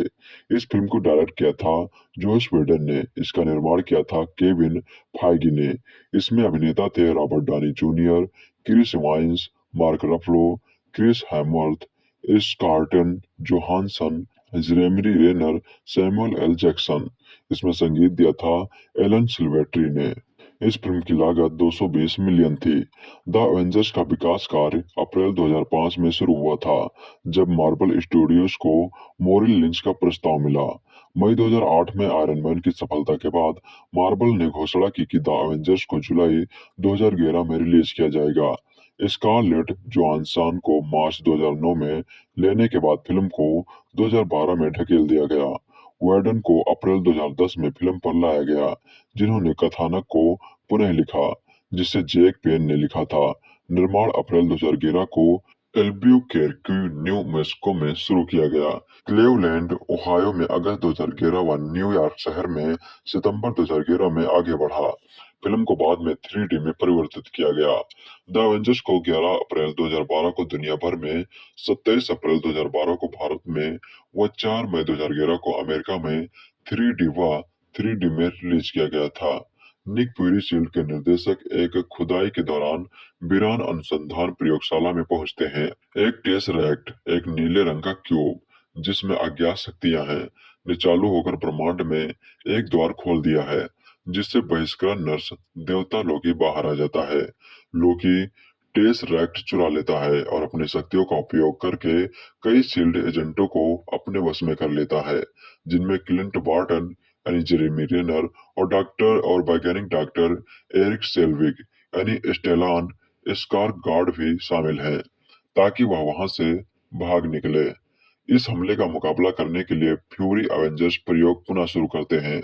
एजेंट नताशा रोमानोफ यानी स्कारलेट जोहानसन को भारत भेजा जाता है ताकि वह डॉक्टर ब्रूस बैनर यानी मार्क रफालो को ला सके, और एजेंट फिलिप कोल्सन टोनी स्टार्क यानी रॉबर्ट डानी जूनियर से मिलता है और उससे गुजारिश करता है कि वह सेल्बिन के प्रयोग पर गौर करे।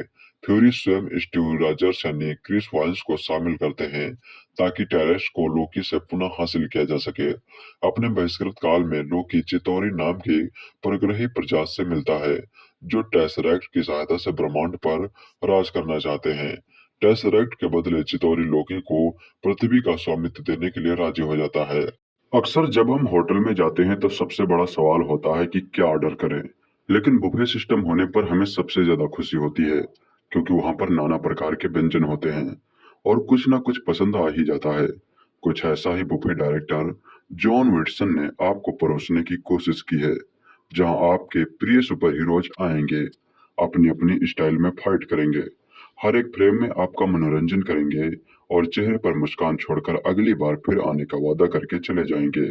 जब से फास्ट एंड फ्यूरियस 7 लोगों ने देखी है, तभी से एवेंजर्स एज ऑफ अल्ट्रॉन का इंतजार कर रहे थे। फिल्म की लोकप्रियता की वजह से विश्व भर में रिलीज से 1 हफ्ते पहले अपने भारत में रिलीज हुई थी। आइए जानते हैं कैसी रही थी ये फिल्म। एवेंजर्स यानी iron Man, Captain America, Hulk, Thor, Black window और हाकाई की टोली का एक ही मकसद है, बेहतर विश्व के लिए बुराई का खात्मा करना। और सबसे बड़ा काम होता है अल्ट्रॉन का विनाश करना। सभी सुपर हीरोज एकजुट होकर अपनी अपनी खूबियों के साथ मिशन कामयाब करने की पूरी कोशिश करते हैं। अब किसे कितनी और कहां कहां कठिनाइयां आती हैं, ये फिल्म देखकर ही आपको पता चलेगा। डायरेक्टर जॉन विल्सन ने फिल्म के पहले ही फ्रेम से ही हर एक सुपर हीरो के किरदार को स्थापित कर दिया है। एक बार फिर से थॉर का हैमर, आयरन मैन की अद्भुत शक्तियां, हल्क का गुस्सा आपका मनोरंजन करते हैं। फिल्म में कुछ भावुक पल भी आते हैं, जब आपके सुपर हीरोज एक आम आदमी की तरह परिवार के साथ पल बिताते हुए भी नजर आते हैं। विजुअल ट्रीट के साथ साथ आपको कई और शक्तियां देखने को मिलती हैं, जैसे सम्मोहन की शक्ति, पलक झपकते काम तमाम कर देना इत्यादि। फिल्म के अंत में अगले भाग की छोटी झलक भी डायरेक्टर दे जाते हैं। एवेंजर्स एज ऑफ अल्ट्रॉन में विलन की तुलना जब हीरो से होती है तो उसे गुस्सा आता है और वे सुपर हीरोज आपस में बातचीत करते हुए हंसी का माहौल भी ले आते हैं। फिल्म के लोकेशंस और स्पेशल इफेक्ट काफी सराहनीय हैं। एवेंजर्स टीम के सदस्य iron Man, Captain America, Hulk, Thor, Black window और हाकाई शक्तिशाली मशीनरी फौज से दुनिया की रक्षा कर रहे हैं। इसी बीच टोनी स्टार्क को यह पता चलता है कि एक अनजानी ताकत का निर्माण हो रहा है। हालांकि उस खतरे का एहसास एवेंजर्स को तब होता है जब एक जश्न के दौरान पहली बार वो ताकत उनके सामने आती है।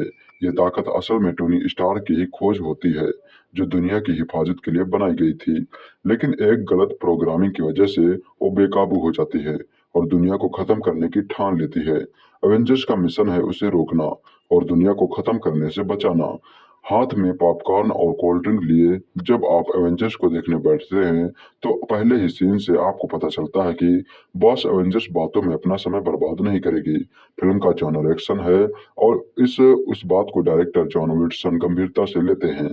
फिर भले ही फिल्म के स्टोरी के खिलाफ एक आधे एक्शन सीन जबरदस्ती ही ठूस दिए गए हों। फिल्म का पैसा वसूल एक्शन सीन वो है जिसने आपको ट्रेलर में भी आकर्षित किया था।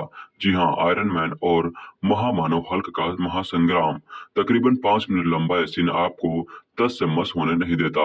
वही लड़ाई के दौरान रॉबर्ट डाउनी जूनियर की हल्की फुल्की कमेंट्री उस पर सोने पे सुहागा का काम करती है।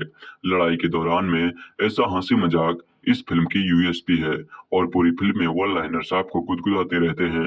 अब जब इतने बड़े बड़े सुपर हीरो एक टीम में हों तो उनके ईगो में तकरार होना तो लाजमी है। हालांकि एवेंजर्स 1 के मुकाबले इस बार उनमें तकरार कम देखने की मिलती है, तो जो कि ठीक भी है। लेकिन हर एक एवेंजर्स लड़ते वक्त भी अपना स्टाइल मारने में बाज नहीं आता, जो कि पहले पार्ट में खूब देखा गया था और उम्मीद है कि अगली बार भी देखने को मिलेगा। जो और देखने को मिलता है वो है 3 नए सुपर हीरोज, एक जो हवा से तेज भी भागता है और दूसरा जो किसी को भी गुमराह कर सकता है, और तीसरे के बारे में अगर आप खुद जाने तो बेहतर होगा। तीनों बाकी एवेंजर्स के होते हुए भी अपनी छाप छोड़ते हैं। अगले पार्ट में इन्हें हम दोबारा देख पाएंगे कि नहीं, ये वक्त ही बताएगा। हालांकि कमजोर कड़ियां कई हैं, लेकिन फिल्म उसकी वजह से कम एंटरटेनिंग नहीं होती, फिर भी उनका जिक्र जरूरी है। फिल्म का रोबोटिक विलन सबसे कमजोर मालूम पड़ता है। एक्शन के अलावा वो ज्यादा समय बातों में बिताता है और एवेंजर्स की भावी मौजूदगी के आगे वो कहीं है कहीं नहीं, कहीं कहीं हल्का पड़ता है। इमोशनल एंगल भी जबरदस्ती का लगता है, जो कि फिल्म की गति को धीमा करने के अलावा और कुछ नहीं करता। फिल्म को मैंने 3D में देखा था।